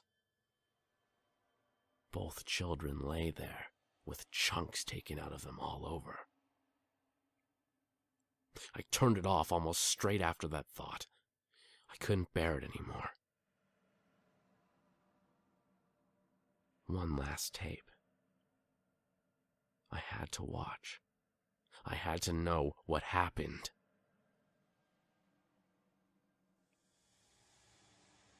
It took me a while to put it in, as I kept stalling. But I found the strength to continue watching. The tape began with Emily staring at one of the walls. She was scraping something in with her nails. I took a closer look. She was writing absolute gibberish again, apart from the odd random word like mouse, boy, and buzzing. I couldn't make out any of the rest, but the walls were completely covered in writing. Letters and numbers. You could barely make them out, but you could see them. She suddenly stopped. She got up and stared at the camera for what felt like a nerve-wracking 3 or 4 minutes. Her dark, sleep-deprived eyes, purple bags underneath them, pale white face with strings of greasy, unkempt hair streaking across her cheeks. A ghastly image of a once beautiful woman. My eyes were fixed to the screen. She uttered quietly, "I hope you do the same as me." She started walking backwards, still staring at the camera with those wide, dark eyes. This went on for a minute, but it felt like a lifetime. An eternity of damnation. She turned and faced the wall, looking directly at the blood spatter of where she had thrown her 2 children. Then it started. She banged her head as hard as she could, while repeatedly shouting, "It's not natural for a human to self-harm," over and over and over again. Banging and banging and banging, again and again, each hit harder and faster than the last. "It's not natural for a human to self-harm," getting louder with each whack. It got to a point where it was just constant screaming and slamming. I slowly got up and walked backwards while staring at the television. I wanted to leave, but I couldn't take my eyes off it. It got to the point where there was a pool of blood surrounding her dizzy body. The blood loss was slowing her down, each whack getting weaker, and her speech becoming mumbled and incoherent. Eventually, she collapsed to the floor, with the pool of blood expanding from her head. Nothing left but a haunting silence. My breathing was heavier than a boulder. The white, silent screen was just there. Too much morbidity had overwhelmed me, and I shut my eyes. Bang! The sound of a gunshot rang inside my own head. Stephen's bloodied body flashing as a night terror in my eyes. My own imagination now torturing me. I collapsed to the floor and sobbed into my palms. Alexandria heard me and came to my aid. It took me an hour to calm down. What caused him this? Why? So many questions that will remain unanswered. There could have been other experiments, but he had to go with this. I couldn't deal with this right now. I needed rest. I hadn't slept well the previous week, and this wasn't doing me any favors. That night, I had a nightmare. I was sitting in an office chair, surrounded by total darkness. All I could hear were the painful cries and screams of a grown woman. A pistol lay in my left hand. I pulled it up to my throat, gripping it tightly, and without question, I pulled the trigger. In my dream, I stared at total darkness for minutes. I woke up in a cold sweat, dehydrated. I looked around. Back to reality. I was completely paralyzed by fear. And I could still feel the maggots crawling all over me.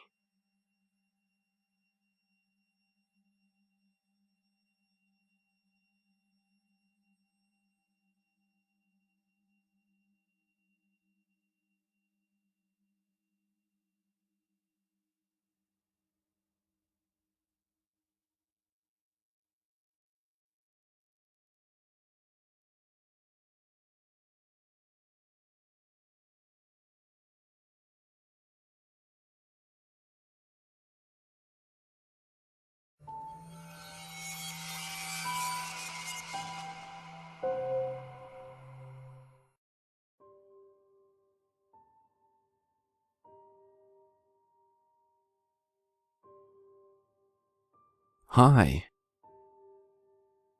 No, you're not late at all. Please, come in. Say, don't I know you from somewhere? You're one of those pretty famous reporters, right? You seem really familiar. Could I get you some tea or coffee, or would you rather get right on with the interview? Sorry, I don't know how this works. I've never been interviewed before. I pretty much shut myself off from the press after those kids went missing. I didn't need that kind of attention. I suppose I'll start my story by setting the scene. The village of Tur Gulwyn is pretty quiet nowadays, but it wasn't always so. Back in the 90s, the mayor was given a government grant to build a new school which would cater for all the small towns and hamlets in the surrounding valleys. I was fresh out of university back then, just finished my training to become a teacher, and was eager to start my first professional job. So I was thrilled to be offered a place at the Tur Gulwyn Infant School. I could finally prove myself by doing something I loved. The dolls changed all that. A thick fog had rolled over the mountains and was dribbling down into Gulwyn Valley, clinging to the top of the lake and probing at the town with slim tendrils carried on a light winter breeze. The school bus had already arrived, and the children were lining up to go inside, shivering in their anoraks and school jumpers. I skimmed the register and noted that all were present, except for a 5-year-old boy named Gavin Lewis. His photograph, a gap-toothed boy with straw-colored hair, grinned up at me from the paper. Reassuring myself that attendance could not always be perfect, I ushered my class indoors and, shooting one last hopeful glance out into the white-tinged street beyond the railings, shut the door behind me. My first lessons went well. An introductory session to allow the kids to settle in and make friends on their first day, and then a reading group. The Hungry Caterpillar was a huge success, and the children left to change for gym in their respective changing rooms. I wandered outside. It was pretty chilly, and I was just debating whether or not to hold the class indoors when I heard it. A hollow, rattling noise. "Hello?" I called, but there was no reply.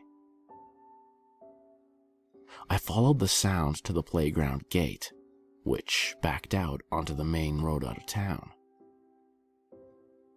Click, click, click. There was a little doll tied to the bars. I regarded it for a moment. A slightly misshapen object with a wool body and a face made from some kind of white ceramic material. A tangle of gaudy yellow thread was attached to its head, and the face had a disturbingly vacant, gap-toothed smile.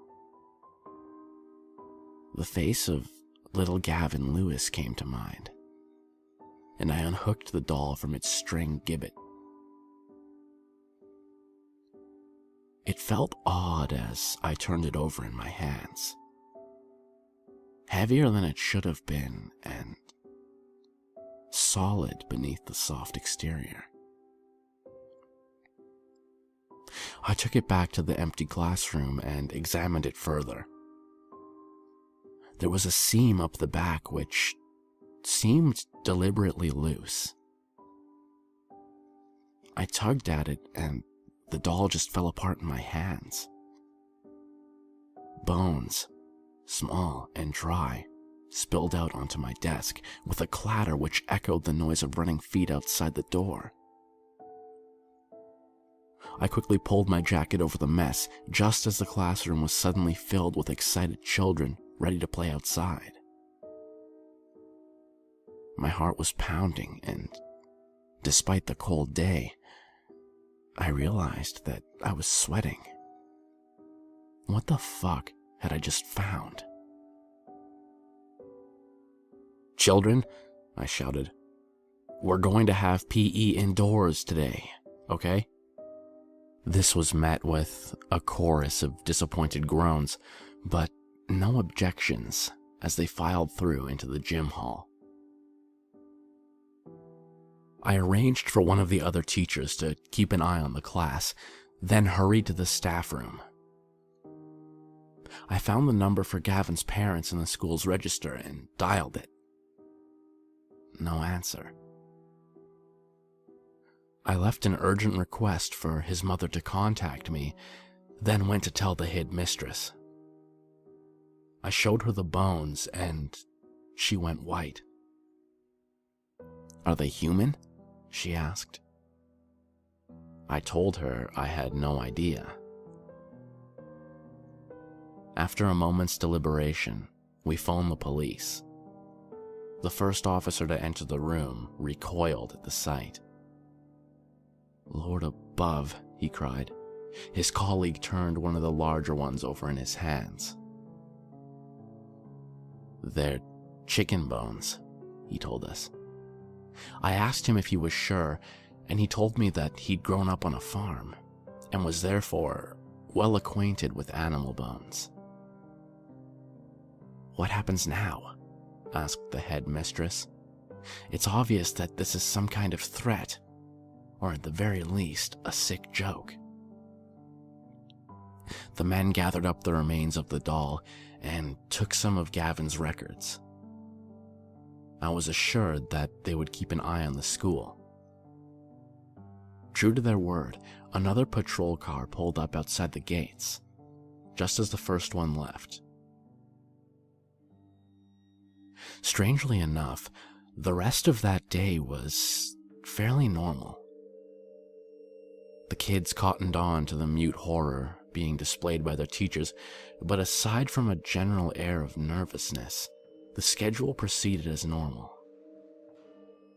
Eventually, the school day ended and parents, unaware of the eerie happenings, arrived en masse to collect their children. Those left caught the bus home. We did our best to make sure that everyone got away okay, but were wary about telling anyone what had happened. We didn't want to panic, especially when we didn't know what was going on yet. I was told that the police would call me in the morning to take a statement, and that I should go home. The next morning I checked my phone, but there was nothing from the police. I suppose I wasn't really surprised. This was 1998, post-Stephen Lawrence inquiry, so the police's reputation throughout the UK was at an all-time low. Such an oversight was definitely possible in my book. I waited for an hour, but figured if they desperately needed to contact me, they could phone the school. I arrived a little later than usual, actually meeting some of the children as their parents dropped them off. This, coupled with the patrol car now parked in the corner, assured me for a time. It took me 15 minutes to realize that the bus hadn't arrived. The playground was almost empty in comparison with the previous day. I put the few kids present to work on some story writing and phoned the bus company. No, they hadn't heard from the other driver. He was probably just caught in traffic on his way through the next town along. Yeah, right. I felt ill. Something awful had happened to those children. The crushing pain of guilt hit me then. I should have warned the parents the day before. I needed air, and I stumbled into the playground. I heard it then. The faint, rattling sound. I can only describe it as like that of a bead curtain, swaying in the wind. On autopilot, nausea forgotten, I wandered to the gate. Clatter, clatter, clatter. Along the fence, in neat rows of identical gibbets, hung 32 little dolls. I didn't need to look at the register. I've always been good with faces. The children smiling up at me from their desks the day before were smiling at me now. Faces frozen in an elation. There was something off about their eyes, though. Painted in detail on the ceramic heads, the eyes told a different story. Fear, pain, and anguish registered in their expressions. Everything is a bit of a blur after that. I remember hammering on the window of the police car outside, and it was about then that I saw the dolls inside. Slightly larger than the child dolls, and dressed in immaculate little police uniforms, complete with crude, yet shiny, epaulettes. I slammed the classroom door behind me, and, no longer caring whether the children knew something was up, began to cry. What the fuck had I done to deserve this? I must have passed out at some point, because I woke up on the beanbags in the reading room with a doctor taking my pulse. I tried to speak, but my voice was a hoarse whisper. The man reassured me that the children had been taken home, and that the school was closed. More patrol cars were arriving by that time. They rolled out the crime scene tape, and I think I heard a helicopter go by. I was obviously in no fit state to give an interview, but I managed to tell them everything I knew before I was taken to a hospital to be treated for shock. As they escorted me to a waiting ambulance, a reporter shoved a camera in my face and tried to take a photo. A policeman shoved him back as he did so, and I was shut inside the vehicle, away from prying eyes. That almost concludes my part in this story. I quit my job and didn't leave my house for weeks following the incident. With one exception. It had been raining, and the fog outside seemed to have all but been washed away. I was listening to the local radio station when they began to jabber about a supposedly important update in the missing children case. Hikers had found the school bus, empty but intact, partway up a nearby mountain. Police were said to have closed off a nearby farmhouse and barn, and weren't letting anyone through. Needless to say, I made my way up to the house. The area was heavy with reporters, and even as I parked up, TV crews were setting up for the midday news bulletins. Another thing I'd noticed were the chickens. Several hundred at least, roaming apparently wild all over the compound. A uniformed officer abruptly halted my advance, blocking the garden gate. Over his shoulder, I glimpsed forensic teams moving into the house. What the hell had they found in there? "Sorry, mate, crime scene. You're not allowed in." "Please," I said. "You don't understand. I need to know what's happened."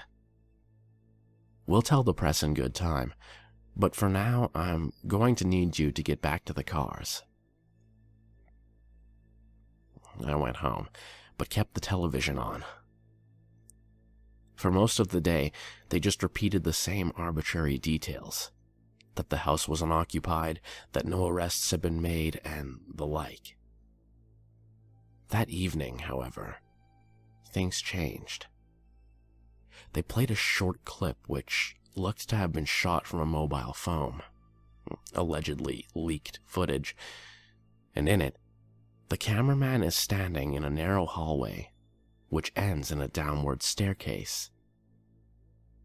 He then descends into the darkness, and for a moment, it looks as though the clip has ended on a black screen. Suddenly, a dim electric light snaps on, and reveals a basement area with damp stone walls, floor, and ceiling. He pauses and lets the camera pan over the area. The entire room is filled with strings of what appear to be white beads, wall height. The camera zooms in, and the beads become bones. But these aren't just chicken bones. They're not broken up into fragments like the bones in the dolls. It's clear what they are, and I suppress the urge to vomit. Finger bones. Dozens, perhaps hundreds of tiny finger bones, dangling from strings like a macabre curtain. The cameraman mumbles some horrified curse, and the video ends abruptly. I went up there the other week. I just got your email asking to do the interview, and it got me thinking. It's been so many years, and I wanted to see for myself. I know it's breaking and entering, but come on. I had to know what it was like. I mean, perhaps the police missed something. They never caught anyone, and nobody ever found the rest of the remains, so in a way, I was helping the investigation. And it's not like anyone goes up there anymore. The boards across the door frame were rotten through, and it was fairly easy to crowbar my way inside. They had cut the power a few months after it happened, so I had to rely on my torch, which narrowed my search considerably. I did find something, though. I'm guessing that they never searched that coal shed behind the house.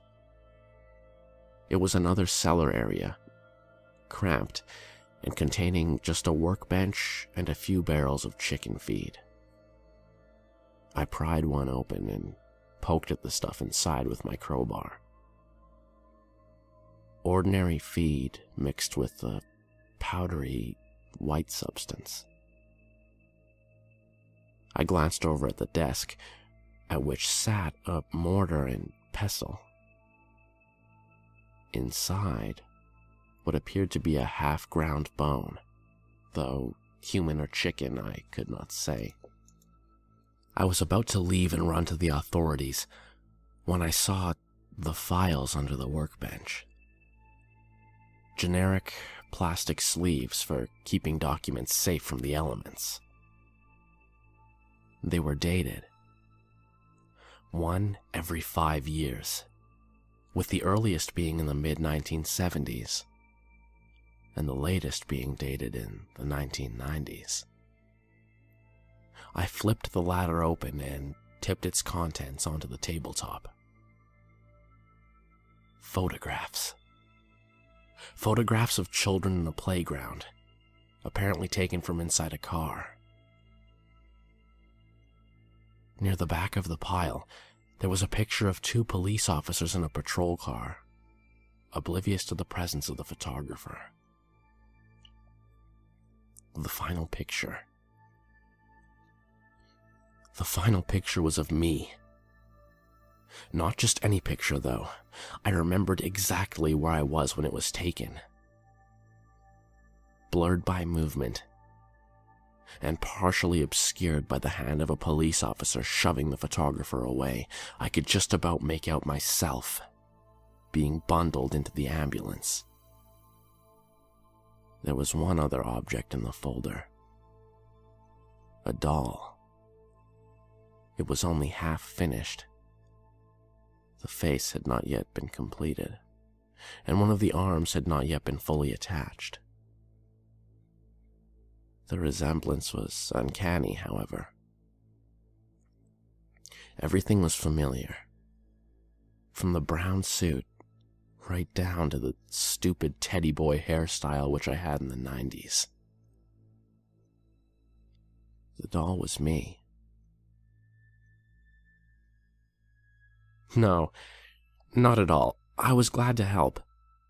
I guess sometimes we get over events by reliving them enough times. I just hope I don't get in trouble for the break-in part. You won't publish that, right? Good. What's that? A fresh photograph of me? Sure, yeah. Go ahead.